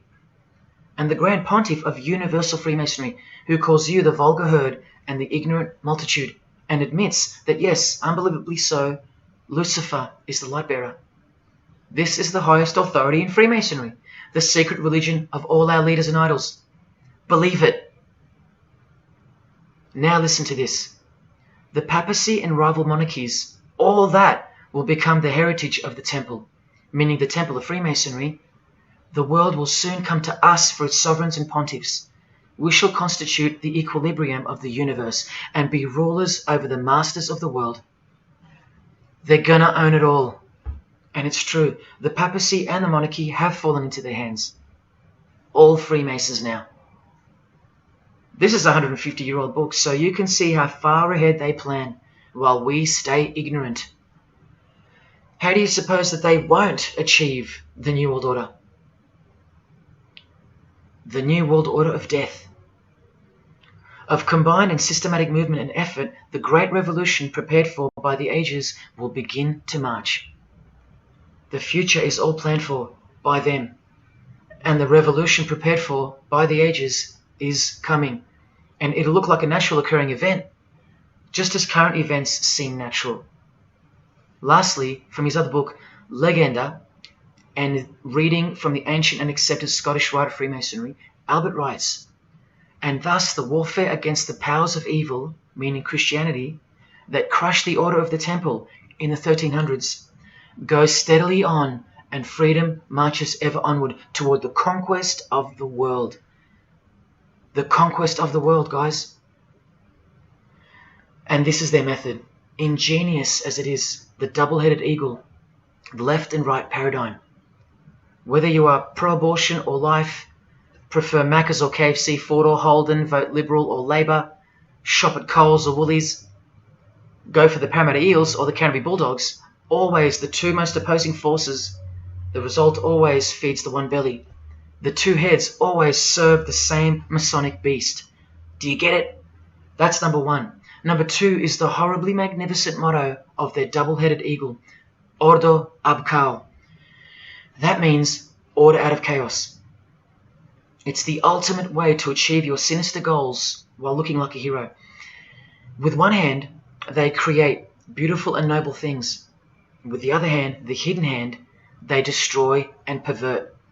Then the helping hand comes back in to save or fix things again, alternating from one to the other, while nudging toward a predetermined goal, until finally reaching that goal that's set in mind in the first place. All the while, you never knew that the same hand that's saving you is the same hand that was destroying you in the first place. Order out of chaos. Their order out of their chaos. Another way to look at it is this. Z creates or exploits a problem, then attributes blame to others. Y reacts by asking Z for protection and help to solve the problem. Z offers the solution that was planned for by them long before the crisis occurred. Ordo ab Chaos, order out of chaos. Now you can change Z and Y to suit any scenario. For example, your best friend who wants to sleep with you creates or exploits a problem, then attributes blame to others. You react by asking your best friend who wants to sleep with you for protection and help to solve the problem. Your best friend who wants to sleep with you offers the solution that was planned by them long before the crisis occurred. Each time your best friend gets closer and closer to you until eventually they're in your bed. How about your employee creates or exploits a problem, then attributes blame to others? The employer reacts by asking the employee for help to solve the problem. The employee offers the solution that was planned by them long before the crisis occurred. The employee eventually gets the promotion. But this is the way I really want to put it. The government creates or exploits a problem, then attributes blame to others. The population reacts by asking the government for protection and help to solve the problem. The government offers the solution that was planned by them long before the crisis even occurred. This is how the Great Revolution, prepared for by the ages by the Freemasons, will begin. So who's going to warn you? Even modern Christianity is steered by Freemasonry. Hillsong won't warn the sheep about Freemasonry and the One World Government. What, the Hillsong senior pastor who wrote these books and lives here? No chance. Did modern-day Christian heroes like Billy Graham warn you about Freemasonry? Well, no, because here he is giving the Master Mason grip to other Christian giants like Paul and Jan Crouch, all Freemasons. Here he gives the same third-degree handshake to former President Harry Truman, and here to a Muslim Freemason. Billy is listed as a Freemason in the 33rd degree Albert Mackey's History of Freemasonry by the publisher on the inside flap. Billy's son, Franklin Graham, also won't ever expose Freemasonry because he's too busy eating at Voodoo Donuts, where they sell these donuts and these pentagram donuts. More Christian heavyweights like John Hagee or Hagee throwing up the devil's horns. He'll never preach against Freemasonry. Neither will all these world-famous pastors throwing up the devil's horns. The very popular Ray Comfort even stated that he wasn't a Freemason. Well, here he is, giving a perfect Masonic handshake with pastoral giant Joyce Meyer. Do either of them expose Freemasonry or the fact that it's the driving force behind the one world government, all predicted by Jesus? Of course not. What about Christian radio or the Christian music scene? No, not a single word of warning whatsoever regarding the Satanic Church that lives and breathes all around us. Freemasons like Bono, wearing the Christian name tag, his whole band of Freemasons. Bono too should know better than anyone that a one world government is a trap as foretold in the Bible. But Bono supports it. Oh yeah, he works for it. Just like the Masonic Pope does.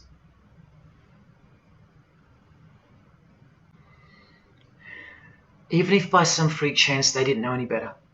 No disciple of Jesus can bend their knee to another man in the Masonic Lodge, calling him master and swear to keep secrets. Look what they call each other from the Encyclopedia of Freemasonry. Master Mason, Grand Master, Most Eminent Grand Master, and the most appalling title of all, Most Worshipful Master. Most worshipful. Do you see how extra diluted the Christian Freemason has to be when Jesus said, "Do not be called master, because one is your master"? And what about all those oaths? Don't worry, Jesus covered that too. What I tell you is this: do not put yourself under oath at all, but let your yes mean yes and your no mean no. How's that for an idea?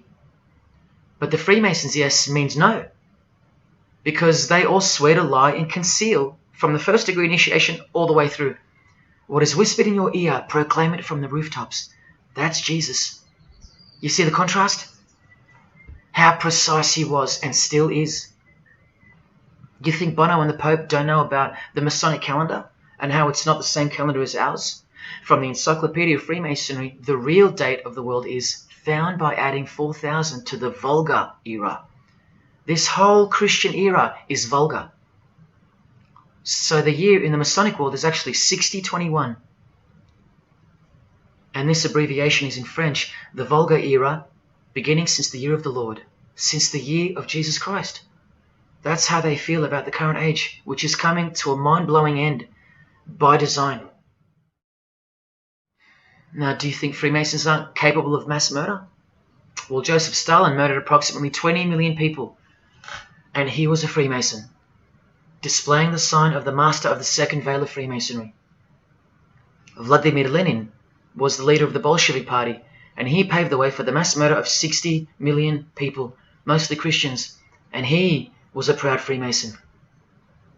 And ladies and gentlemen, this is Adolf Hitler, a Freemason, clearly giving the grip of a Master Mason.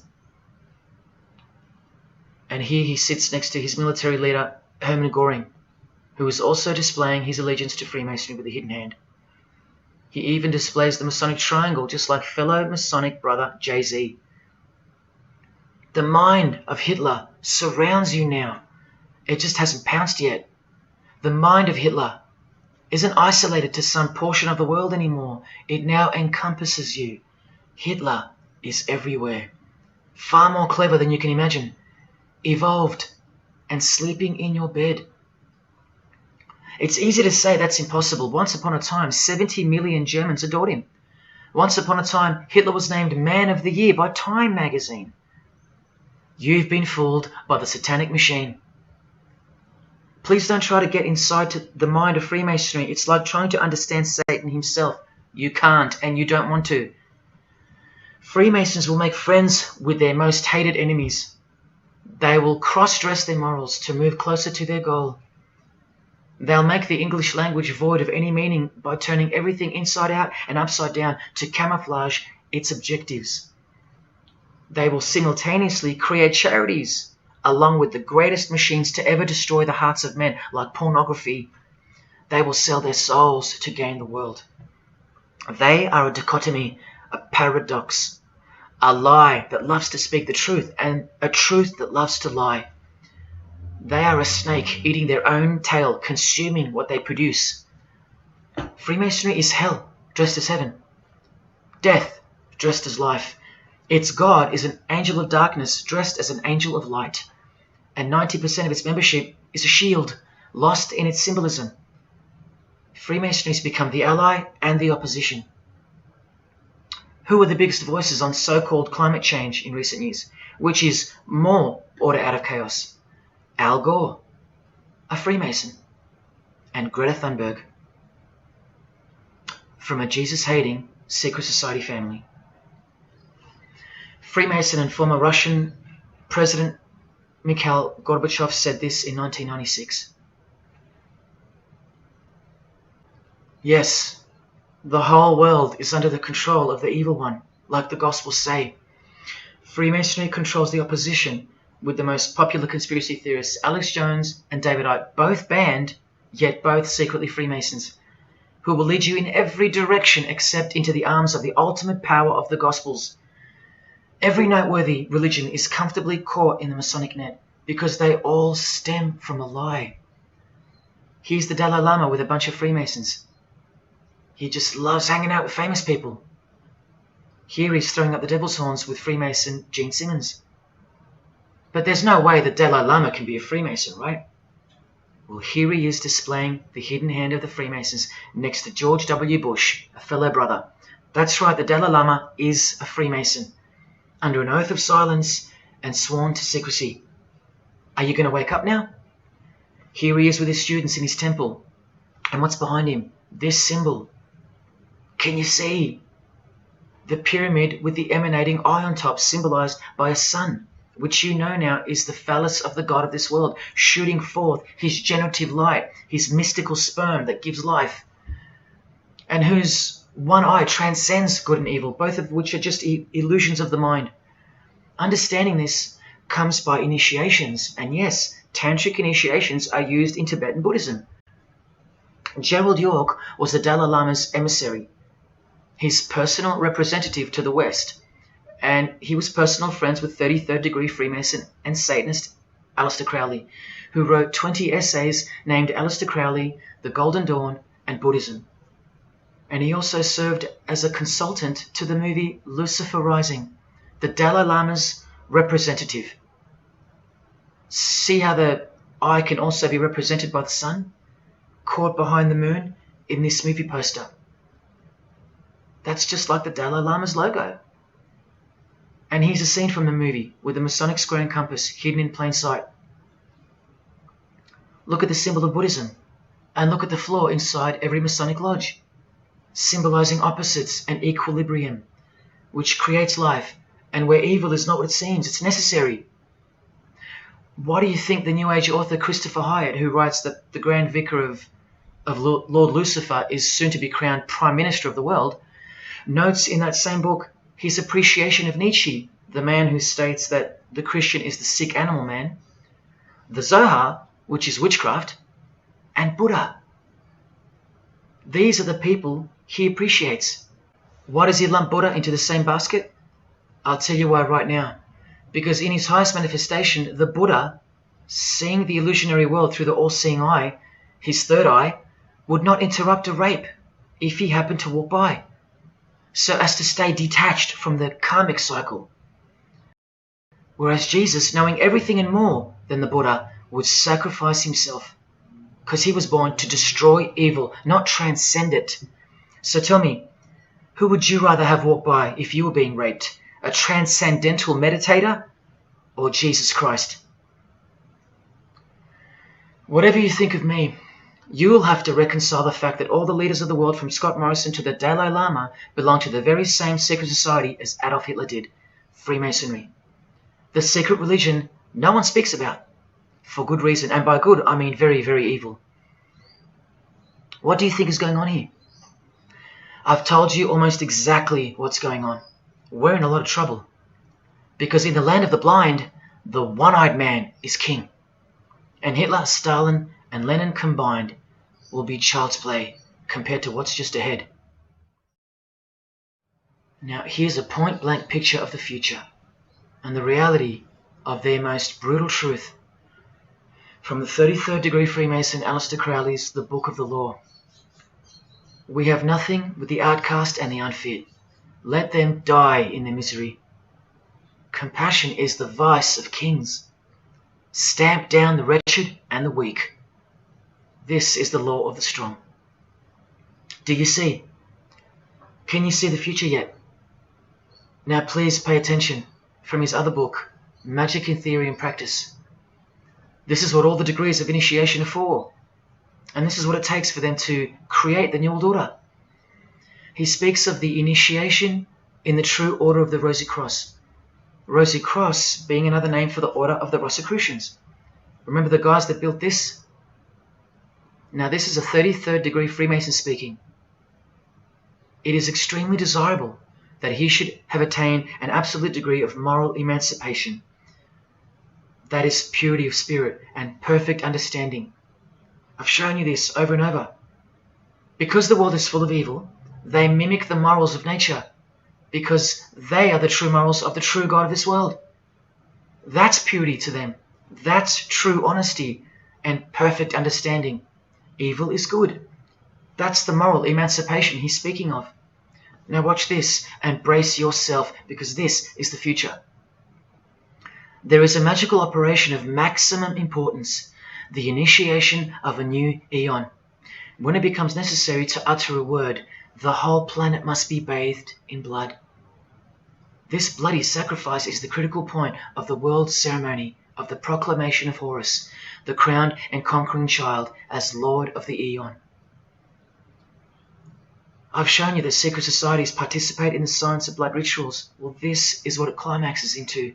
A massive blood ritual in the name of the new Eon, the new age, which revolves around a divine plan not of this world, as confessed by all of them. You are not who you think you are. You are not where you think you are. Do you see it? Can you fathom? And what blood means in this world? So much more than what you may have known before now.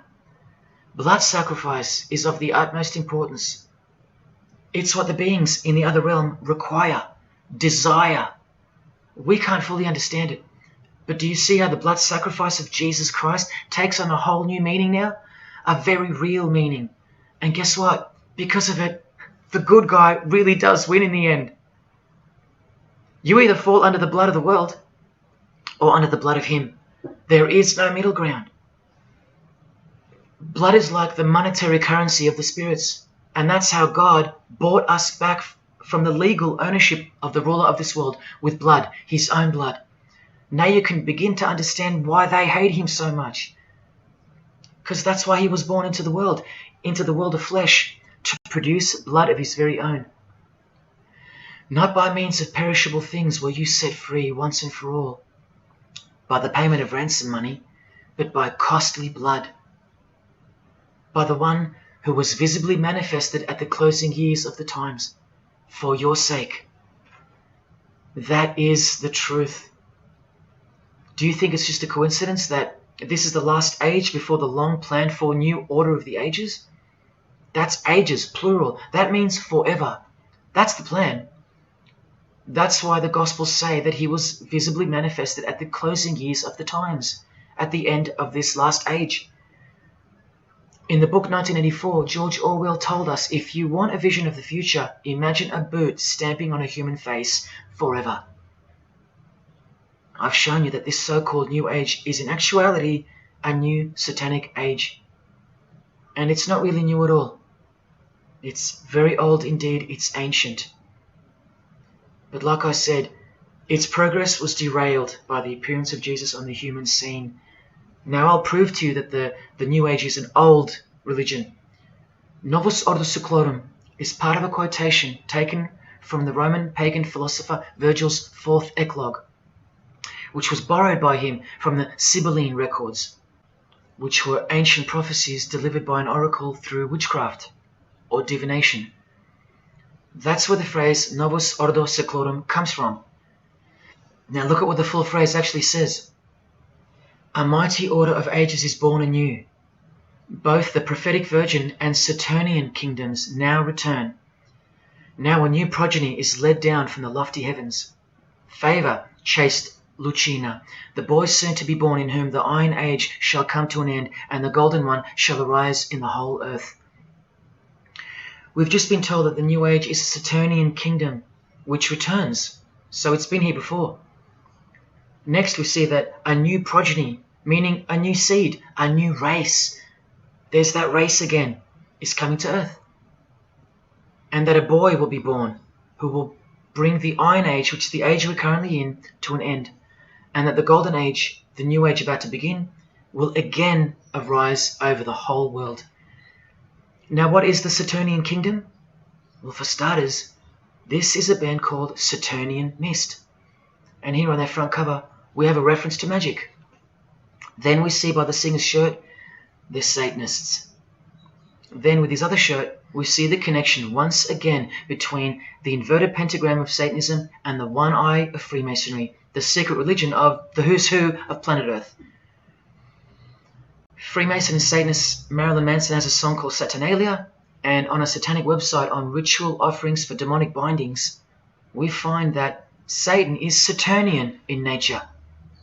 Here on the front page we see the inverted pentagram under the head of the Baphomet, and right next to it, a version of the square and compass of the Freemasons, of which a lodge is located near a suburb near you, no matter where on earth you live. The Satanic Church hidden in plain sight.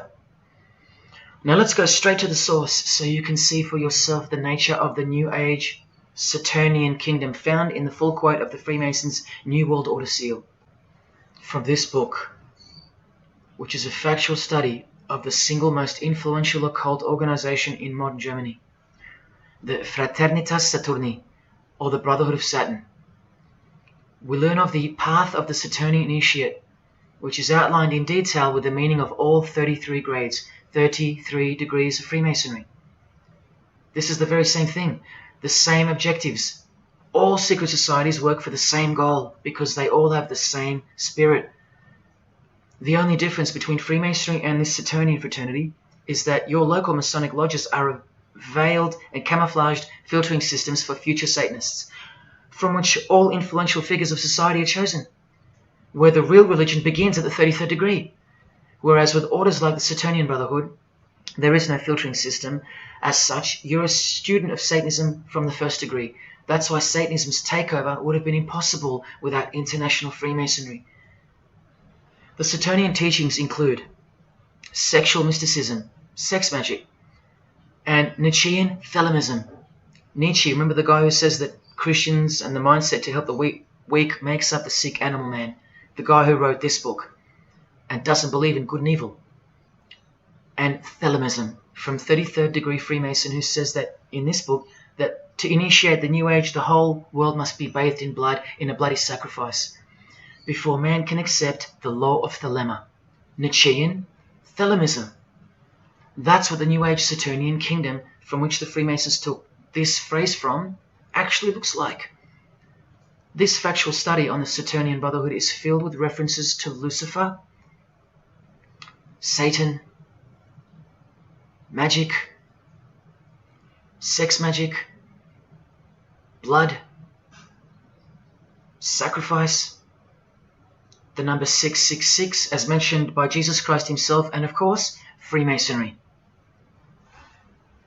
The secret society that all of our politicians and entertainers belong to. And what's the demonic sigil for Saturn? The Masonic square and compass. Are you going to snap out of it now? When you see a beautiful sunrise and smell the fresh air, or hear a great song, or see a great movie, are you going to forget where you really are? When you hear people using Jesus Christ's holy name as a cuss word, are you going to forget where this phenomenon really came from and why it's taking place? Now that you've seen how actual and bona fide the reality of 666 is from their own mouths and symbols, let me show you where else it's revealed. Do you see these Roman numeral numbers down here? They add up to 1776, the year that America officially became the country we know of today. And also the year of the birth of another secret society, which was absorbed into Freemasonry after it was banned in 1785. But look, the base numbers. M is 1,000, C is 100, and X is 10. All you have to do is subtract the base numbers. 1776 minus 1,000 minus 100 minus 10. Or simply remove the Roman numerals which represent the base numbers. No, I'm not playing tricks on you. Neither are your eyes. but someone else is. Now that you've seen the prevalence and seriousness of this horrid number, now that you've seen what you've seen, I can show you where else it appears. This figure is represented by the numbers. To make this work, they had to remove the number 1 altogether and separate the 2. Of course, we'd be too dumb to pick up on it.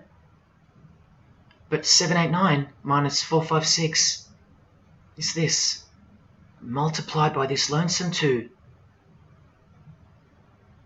That's right. This dark and mysterious figure is none other than the long-anticipated Antichrist, the ruler of the Saturnian kingdom, which is on its way. And Australia has been steeped up to its neck in secret societies since the early 1900s.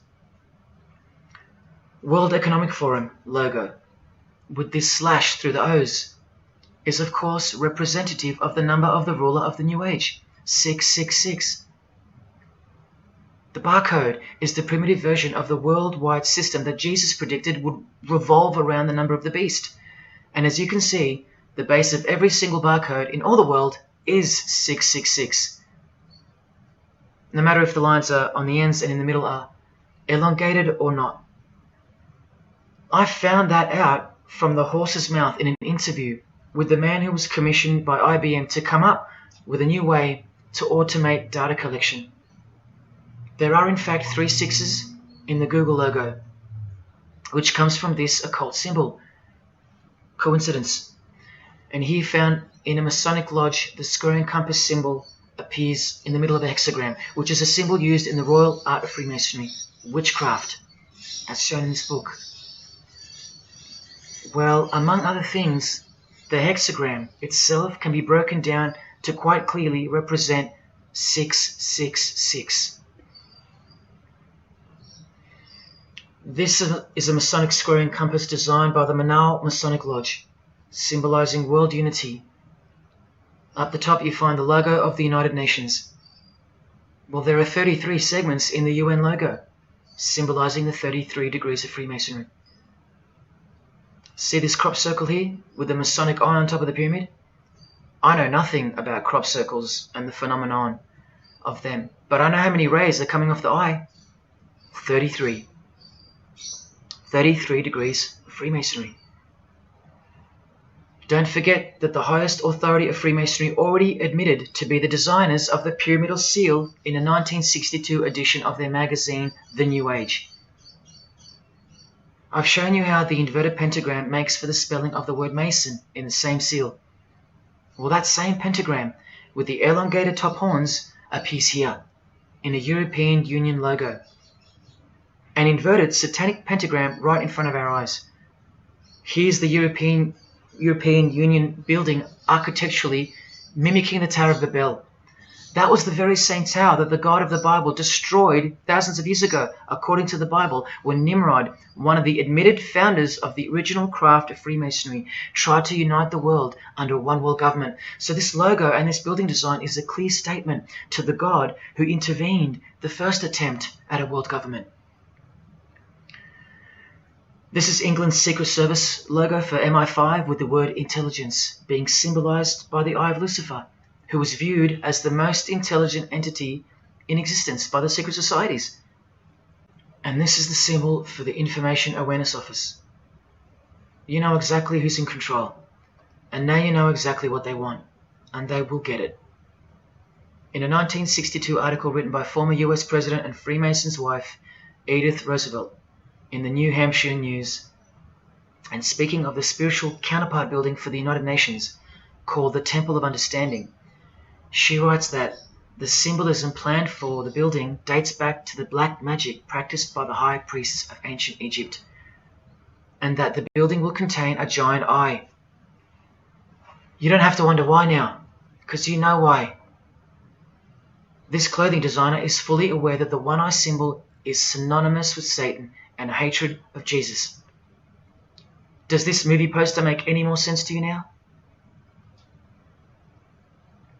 Well, are you ready for the second biggest shock of all? Whatever you think of what you're about to see, please come see me on the other side of this so I can show you something. This clip only goes for a few minutes. And keep in mind, the only reason I'm showing you this to you is because the writer and director of the preview of this movie-style documentary was murdered, along with his wife and his little daughter and his dog, all before the production could begin.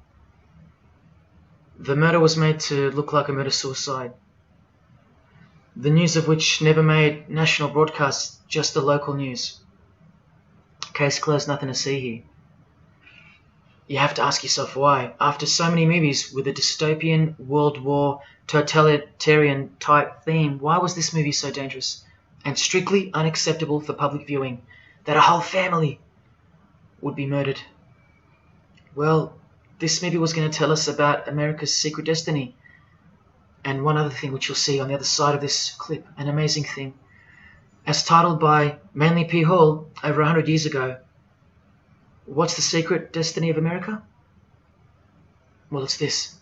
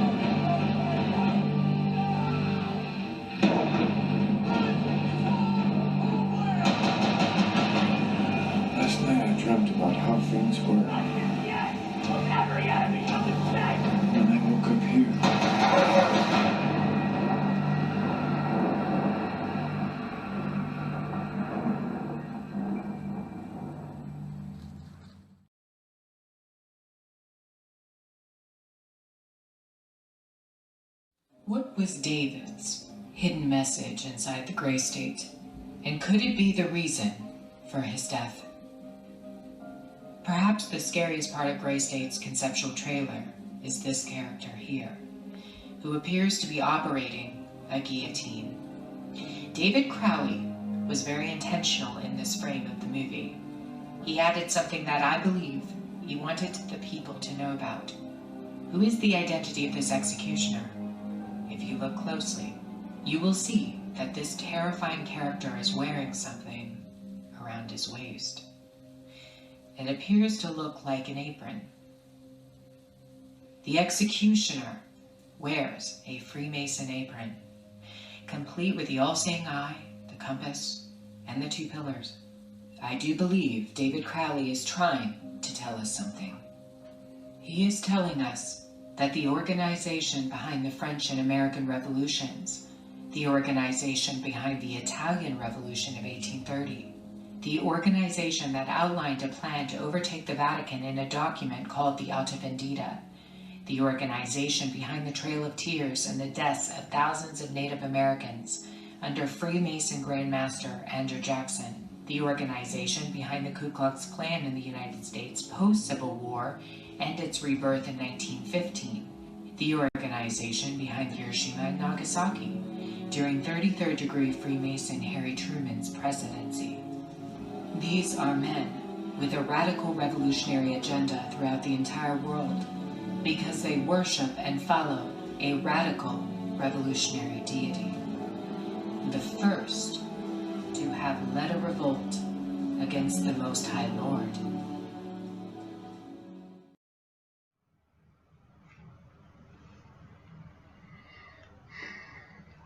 When I was in high school, coming from a completely non-Christian and non-religious family or background, I distinctly remember the first time that I decided that the Bible, or the New Testament, to be more precise, was definitely not true. Made up, fairy tale, whatever. It was one verse, one scripture that to me at the time proved unequivocally that it wasn't written for our time. A prophecy that was impossible to be fulfilled. Here's the verse. And I saw thrones, and they sat upon them, and authority to administer justice was given them. And I saw the souls of those who had been beheaded, because of the testimony they bore of Jesus, and because of the word of God. No way could guillotines be introduced as a form of execution in the 21st century, right? No way. Proof that the Bible was a prehistoric book written for prehistoric people. And this is long before he woke me up on a midnight highway to spare my life from a high-speed collision into a concrete wall. Ladies and gentlemen, in 2021, like the smartphone or the smartwatch, this is called the smart guillotine. Built by Chanel. You know, the perfume and clothing and accessories brand for the rich. What on earth does a perfume company have to do with chopping people's heads off? Well, I thought I told you that all of this is just the tip of the iceberg. I wonder who really owns Chanel. Well, here's their logo, and there is an eye in the design. And have you seen their drip design? How odd. Welcome to the real world. You ready? This is from a legislation archive from the Georgia House of Representatives in the 1995-96 sessions. This is Bill HB 1274 on the death penalty, guillotine provisions. How far along are we into enacting these bills worldwide? I don't know. Maybe they've been enacted already. But I just wanted to show you that in 1995 the ball was already rolling. Another ball that's rolling are the 7 universal Noahide laws. They sound great from the outside, designed so to conceal some terrifying details on the inside. Firstly, they were signed into US law in 1991 by George H.W. Bush on March 26. Here's the bill and resolution. It was named Education Day. As you can see in the details of Resolution HJ 104, they are the 7 Noahide laws, resolved by the Senate and House of Representatives of the United States of America in 1996. Every single president since H.W. Bush has annually re-signed this resolution. Many world leaders have called for the acknowledgement and observance of the 7 Noahide laws, including the President of the European Union in July 2014 and the Australian Governor-General Michael Jeffrey in 2008. And this will be international law. So what's the problem? Well, just for starters, the law against idol worship will include, quite specifically, the worship of Jesus Christ as the Son of God, which the Noahide laws will classify as blasphemy, and the punishment for transgressing the 7 Noahide laws and for blaspheming the ineffable name of God by calling Jesus God is decapitation. I'll let you take that in for a second. This will be governed by a world court, with no possibility of appeals. Something like this, an international Sanhedrin. Who do you think is truly behind these laws? Well, I can show you that right now. Here is the bill being signed into law by H.W. Bush, and here is their signature hidden in plain sight, the hidden hand of Freemasonry, displayed by this sinister and gloating-looking individual. And you know what Freemasonry is a cover for now. Who do you think designed the guillotine in the first place? This guy, Joseph Guillotine, a Freemason. Still don't believe in the prophecies of Jesus Christ? You're still in denial?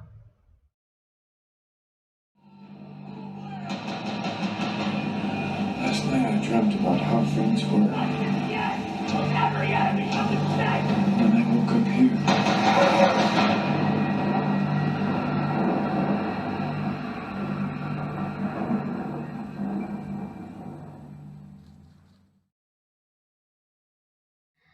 Well, that's why the director was murdered.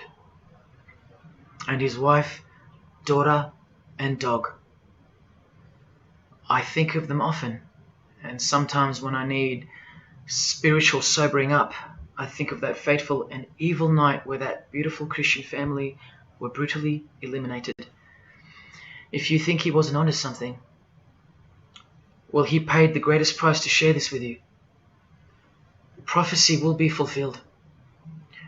Listen to the words that come right after the execution by guillotine scripture in the Gospels. And I saw those who were such that they did not worship the beast, nor his image, and did not receive his mark of identification upon their forehead and hand. Remember this mark in the video? I'm not saying that the director knew what the mark would be, but based on the symbology, he knew who would be behind it. Look at the triangular symbol of the Freemasons. The Masonic triangle around the eye, and the Brotherhood of Saturn. Now look at the front cover of the book written by New Age author Maurice Nicoll. The mark. Same symbol. Identical to the symbol used by J.K. Rowling, who said its design was inspired by the Freemasons. Who has this tattoo, which represents the Baphomet. Well, Solve Coagula is the process in which they will bring this New World system to life. It's identical to the Masonic motto of order out of chaos. Solve means dissolve or destroy, and coagula means to bring the elements back together into a new and higher form, a new and higher system. Jesus described it as the beast system, and one way or another, we will be marked as a form of identification in order to participate. But first, chaos must ensue. A deep Masonic truth, which is mostly true anyway, is that destruction precedes construction. It's like having to destroy a tree in order to create a table. The same principle applies to creating the New Age. That's why I know that the process which involves the creation of a new system must involve the destruction of this one. Now, this is the last referenced work I'm going to use to show you who will be the head of that system, that one world government. A book by David Spangler, considered as one of the founding fathers of the modern New Age. He also has an intimate relationship with the United Nations, as shown in 1975 document which was uploaded to the UN archives in 2006. Please pause to confirm that, where you can find his name listed under the Board of Directors for the Planetary Citizens Group. In his book, Reflections on the Christ, David Spangler, remember, one of the founding fathers of the New Age and a member of the Board of Directors in a United Nations sanctioned program, repeatedly upholds and honors the entity known as Lucifer. He tells us all about what is required to step into the New Age. Well, mainly, what's required is a new understanding of the angel Lucifer. He writes that when this great project of evolution began, man went forth as consciousness to learn his divinity, and Lucifer went with him. It is important to see that Lucifer, described as an angel, a being, a great and mighty planetary consciousness. He says that Just like in Halloween and trick or treat, if the person offers a treat to Lucifer who knocks on his door, and the person says to Lucifer, "Come in, and I will give to you the treat of my love and understanding, and I will uplift you in the light and presence of the Christ," Christ meaning my outflow, then Lucifer becomes that being who carries the ultimate treat, the light of wisdom. Lucifer represents experience. Lucifer is literally the angel of experience. The Luciferic element becomes the true revealer of light, the angel of light. The light that reveals to us the path to the Christ comes from Lucifer. The Christ that he refers to obviously is the Antichrist spirit, who will eventually manifest on earth as one man. But for some odd reason on page 60 he feels compelled to clarify that he was only joking once when he said maybe to enter the New Age we all need to take a Luciferic initiation. Well, that's definitely no joke. That's right, Lucifer is the savior of the secret societies. The solar system was the manifestation of the consciousness of a very great being known as the Solar Logos. And if we go back to the secret society of the Brotherhood of Saturn, we read that mankind will be able to take a measure of egocentric power from the Solar Logos. In this way, Lucifer is the savior of humankind.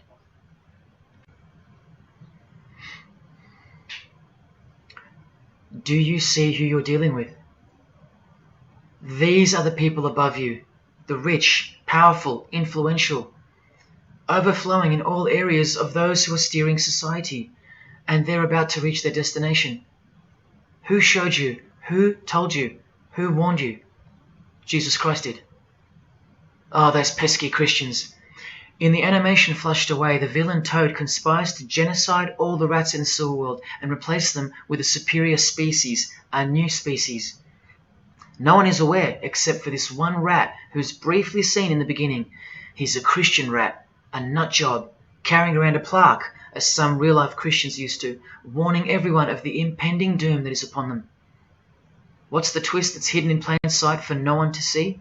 Well, the villain Toad, planning the New Age, wears the ring of a Freemason. This ring. And he wears it exactly on the finger that a Master Mason should. It is worn on the third finger of the right hand. There is one who predicted it all, and they know that. That's why he's been so thoroughly discredited, or so it seems.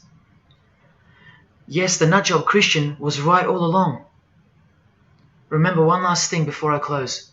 From Masonic New Age author Christopher Hyatt, who spoke of the well-planned-for and long-awaited invocation of the Prime Minister of the world, when he wrote in his book, "A massive truth that I wish with all my being that you would grasp. Both satanic cults and Christian fundamentalists are closer to seeing the truth than most normal people. The world has always been at war, a spiritual war from the beginning. And if you don't know it, then you're losing the battle. The Gospel tells us so accurately that the enemy we wrestle against is not made of flesh and blood, but it is made of spiritual forces of evil in heavenly realms. That's where the real war is being waged, in the spirit. And now that we know what secret societies are and what they've tapped into, we can rest assured that that statement from the Gospels is true. That's why the common denominator between all of the secret societies is the anti-Christian sentiment. You need to ask yourself why. Why the negative obsession with Christianity? It's not as if Christians run the game. Freemasons have banned Bibles from schools. They teach evolution as a fact. Pornography is thriving. There are no Christian protesters left. Homosexuality is rampant and protected, and Christianity is buckled. Which church preaches against Freemasonry? Which church is telling you about Satan and his hidden church, which has permeated every vein of society? So why do they hate Jesus if they're at the top of their game? Because Jesus Christ is real, that's why. And he left us prophecy that they can't escape. See, the more they win, the more they fall into the hands of the prophecies of Jesus and his Gospels. What a blessing for you, those who would grasp this as truth. What good news for you, and what a terrifying conundrum for them. If you've come this far and you still don't care, or still unwilling to trust, then you deserve what's coming as a law of nature. Because you've been warned of all of it. The one world government clearly on its way. Cashless society, inevitable. The mark that each person will receive, without which you won't be able to buy or sell or participate in this world. And the manifestation of the name, the number of the name of the one who will implement this system. 666. All of it is coming to pass. Inescapable we are from him. Everything and everyone will fall back into his hands, where he will finally separate the goats from the sheep.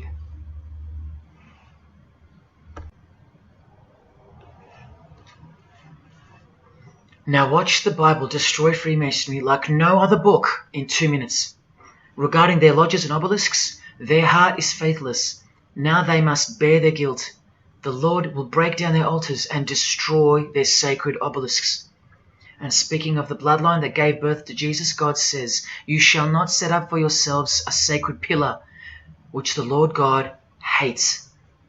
See what you're up against, Freemasonry? While Freemasonry meets and speaks in darkness and secret, Jesus said, "I have spoken openly for all the world to hear, and in secret I've said nothing." Freemasons are known as builders. Well, the stone which the builders rejected has become the cornerstone. Everyone who falls on that stone will be dashed to pieces. Anyone on whom it falls will be crushed. Every Masonic lodge is built so that all the members face the east.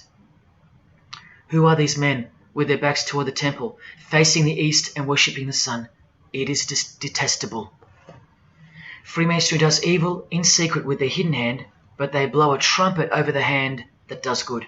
But Jesus says, when you give to the needy, do not let your left hand know what your right is doing. Your good deed must be in secret, and your Father who sees what is done in secret will reward you. You can't become a Mason if you're broke, blind, maimed, or have a criminal record. Jesus said, but when you give a banquet, invite the poor, the crippled, the lame, the blind. Freemasonry takes pride in its secret rituals and is hungry to rule the world. The Gospels say that their destiny is destruction. They make appetite their God. They take pride in what should bring shame. Their minds are set on earthly things. Freemasonry believes that the light is but darkness visible. The Bible says, woe to those who call evil good and good evil, who put darkness for light. And Jesus further said, if therefore the light which is in you be darkness, how great a darkness that would be.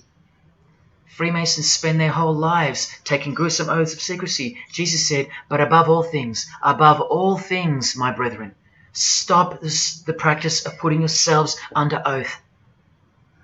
Freemasonry is built upon a hierarchical system, a pyramidal system. Jesus said, for everyone who exalts themselves will be humbled, and whoever humbles themselves will be exalted.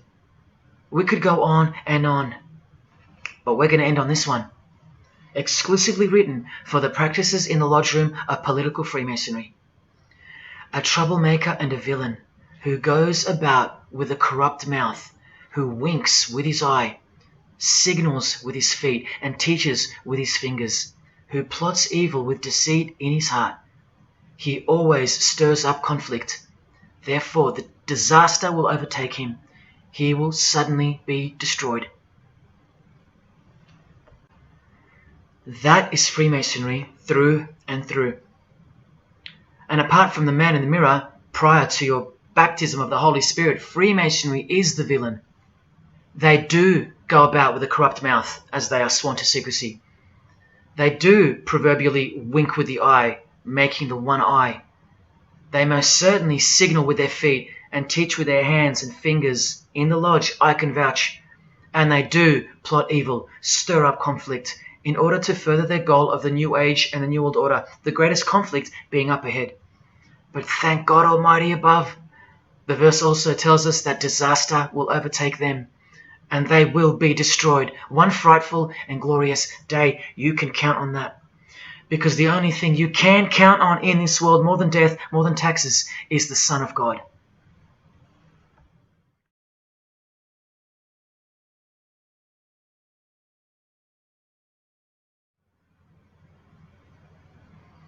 This is it. This is the last shock, and by far the biggest. If you ever needed intellectual proof that Jesus Christ is real and living right now, this is it. If Jesus and the Gospels weren't true, then Luciferians wouldn't be running the world. Atheists would, or some other version of modern man. Anyone, but not Satanists, not the passionate enemies of Jesus. If Jesus wasn't real, then so-called Satanists would be scattered here and there over the world in little local covens by silly teenagers rebelling against society and living in their own la-la land with their own little make-believe devils, being make-believe rebels. But no, people who believe that Lucifer is God run the world from top to bottom. They are dedicated to the core. They're highly sophisticated. They make the movies, they star in the movies. They write the songs, they sing and dance. They are worshipped as idols. They set trends, they live large, and they practice witchcraft, complete with sex magic and blood sacrifices. Why? Why do they do that? Why would they bother? Because witchcraft is real and has been since before civilization began, hidden from the vile multitude who have been stupefied by propaganda to the point that they don't believe in anything anymore. And who waged a war on witchcraft on your behalf? God did, the God of the Bible. If Jesus wasn't real, Luciferians wouldn't be building their paradise on earth. Atheists would. If Jesus wasn't real, Luciferians wouldn't be passionately hating him to the point of keeping their existence hidden under penalties of torture and death. Lo and behold, in the 21st century, yes, if Jesus was a myth, Luciferians wouldn't be working overtime to inadvertently fulfill every prophecy that Jesus gave us. Can anybody read me? What part of Jesus foretold a worldwide cashless system, a worldwide government, and a worldwide religion do you not get? If Jesus wasn't real, why do former Satanists freely admit that only the true Christians are immune to witchcraft? They have no power over the disciples of Jesus. How is that possible? And what about this one that's been going around? If the Gospels were written by the Catholic Church in order to control people, then why didn't they include a Pope in the Scriptures? There's no Pope here. Why didn't they include instructions to obey the priests? There's no priests in the New Testament, except for God himself and all his disciples. We're all priests. If the Gospels were an invention of the Catholic Church, why does Jesus say to call no man Father except your Father in heaven? Yet every priest holds the title of Father. If the Gospels were an invention of the Catholic Church to control people, why were only priests allowed to own a Bible and not the common people? Why did they burn William Tyndale at the stake, a Christian scholar who translated the Bible into English? Are you with me? Please help me understand how you don't believe in Jesus when even your enemies, the high-ranking Freemasons, think that you're stupid for not believing in Satan. There was the first shock, which was the fact that an international secret society exists at all, and that all people in power, prominence, celebrities, they're members of it. That was the first shock. The second shock was the oaths they take and the rituals they perform. Decapitated heads, brains exposed to the sun, drinking wine from human beings' skulls, all done by the people you respect the most. Pretty shocking if you have any brains left in your skull and heart left in your ribcage. The third shock was the reason they took the oaths and performed the rituals, and that reason is that the secret society they all belong to is in fact Satanism. The fourth shock was the details of witchcraft and the details of the new satanic age, the Saturnian kingdom, where billions are planned for death to pave the way for a spiritual and technological utopia. But do you know what the biggest shock of all is? The shock that surpasses all of them combined. It's Jesus. Jesus is the shock. He's the shockwave, the reality and truth of him. Because that changes everything. He changes everything.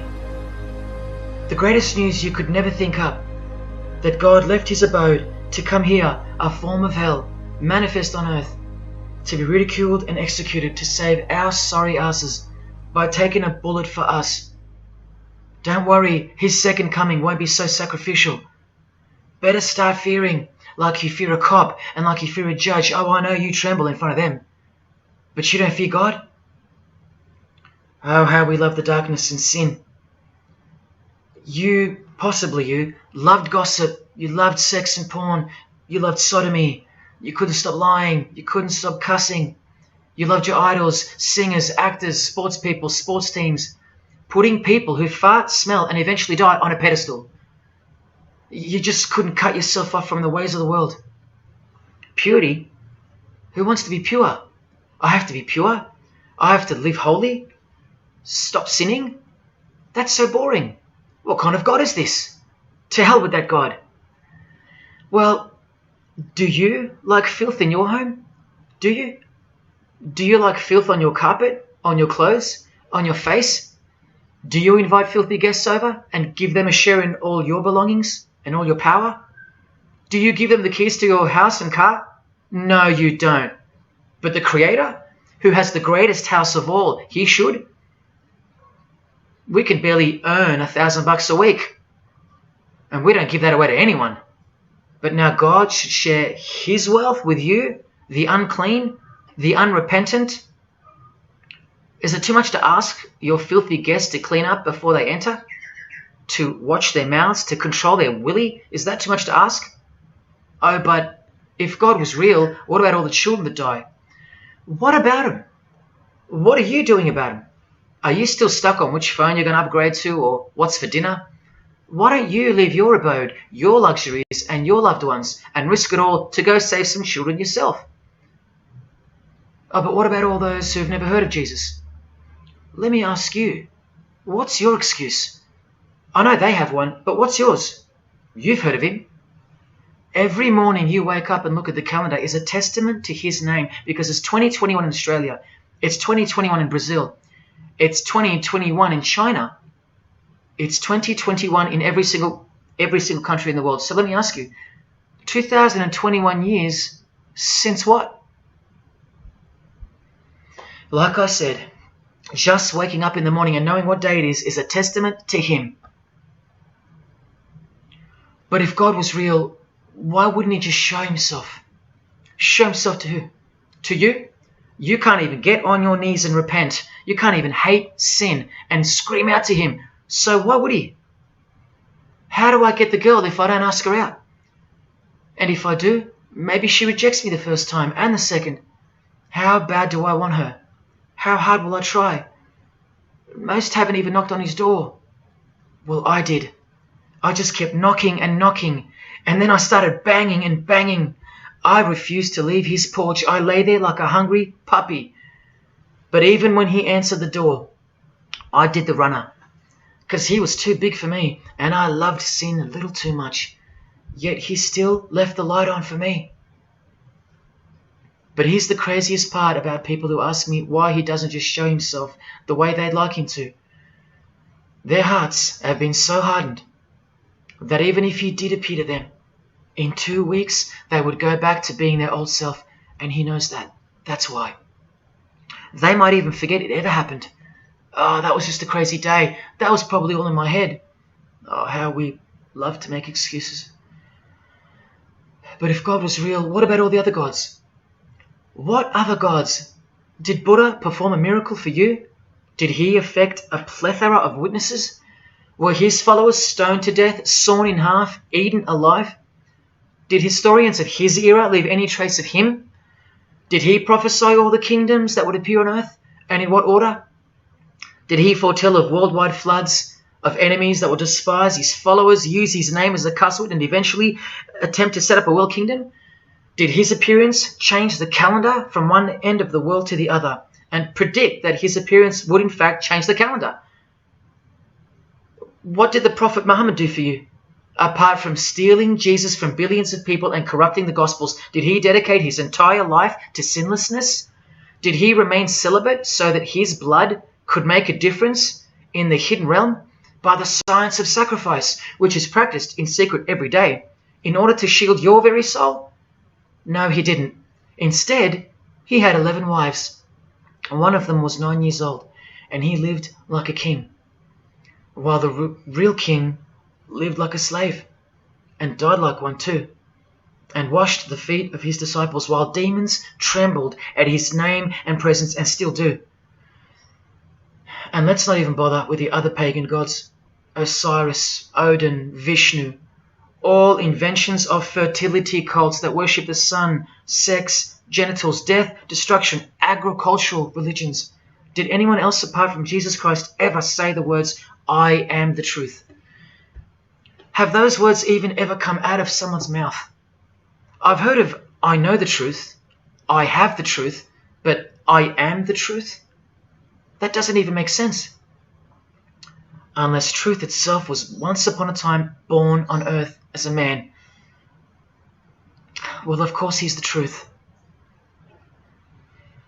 Where are all the heart-wrenching, knee-buckling testimonies about the indescribable power of this Holy Spirit, which comes in to sweep you off your feet and drown you in its tides, changing you forever? Where are all those testimonies? I'll tell you where they are. In the Christian column. That's where. Oh yeah, you'll get them here and there in every genre, but Christian testimonies simply outclips the rest. Where are all the life-changing, electrifying Hindu testimonies? The Muslim testimonies? A Muslim, Buddhist, or a Jew on the street corner, or from the proverbial rooftops, shouting the truth for all to hear, no matter the cost, because they love us that much, because he loves us that much? Where are they? And Freemason testimonies? Have you even heard of one of those? Satanic testimonies? You ever heard of one of those? A Freemason on his knees sobbing from joy because of the overwhelming knowledge that Lucifer loves him? No Mason or Satanist has ever done or heard of such a thing. But the biggest cult in size is the cult of society. Where do you think the word culture comes from?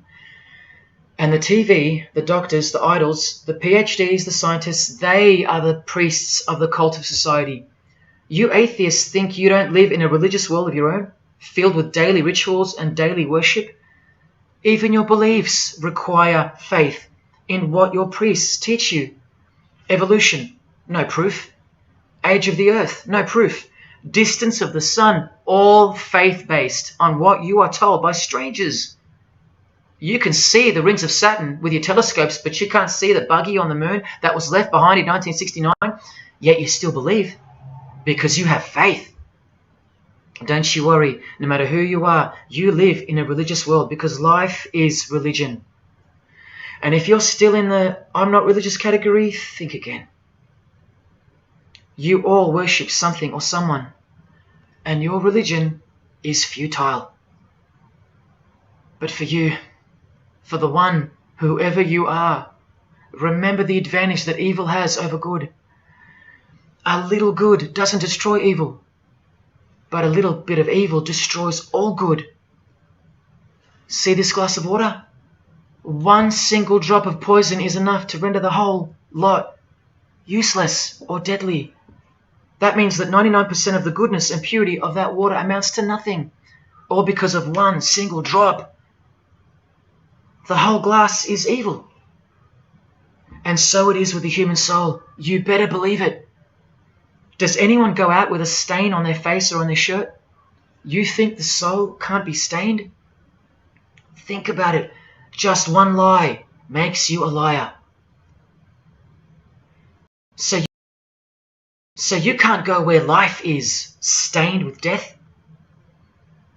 Now, in case someone thinks I'm playing the high and mighty role, I tell you this. I used to be a liar. I used to be a pervert. I used to be a drunkard. I used to smoke all kinds of poison. I used to have angry outbursts, use a filthy mouth, indulge in filthy humor. I used to. Past tense. But no more. He finally summoned me. He called my name for the last time. He took my dog, then my music. He took my band, broke it all, and broke me, flooded me clean. He sent for me. He woke me up from a deep sleep on a high-speed midnight highway with a whisper, an actual whisper in my ear, and only meters between me and a concrete wall with my name on it, because he knew I had it in me. I had it in me to lay it all down, risk everything, so I can take a stand for him, for the Gospels, and for you. Well, this is me taking a stand. Brothers and sisters, I did all this for just one person, and I'll be hated and mocked and worse maybe, so that that one, whoever you may be, will wage war on sin and believe. Don't let even one drop in. No matter what the distractions this evil world may place in your path, in order to bury itself and its poison in your heart, where it will take root and overpower the 99% goodness in you. Just like only a few find success in this world, even fewer will find the kingdom. It's far more difficult than winning X Factor, or making $1 billion, or reaching a 33rd degree of a secret society. It's as difficult as loving your greatest enemy. And that's just about impossible. But if you can figure out how to do that, then you found the road to life. And I hope to see you soon. God love. Jesus wins.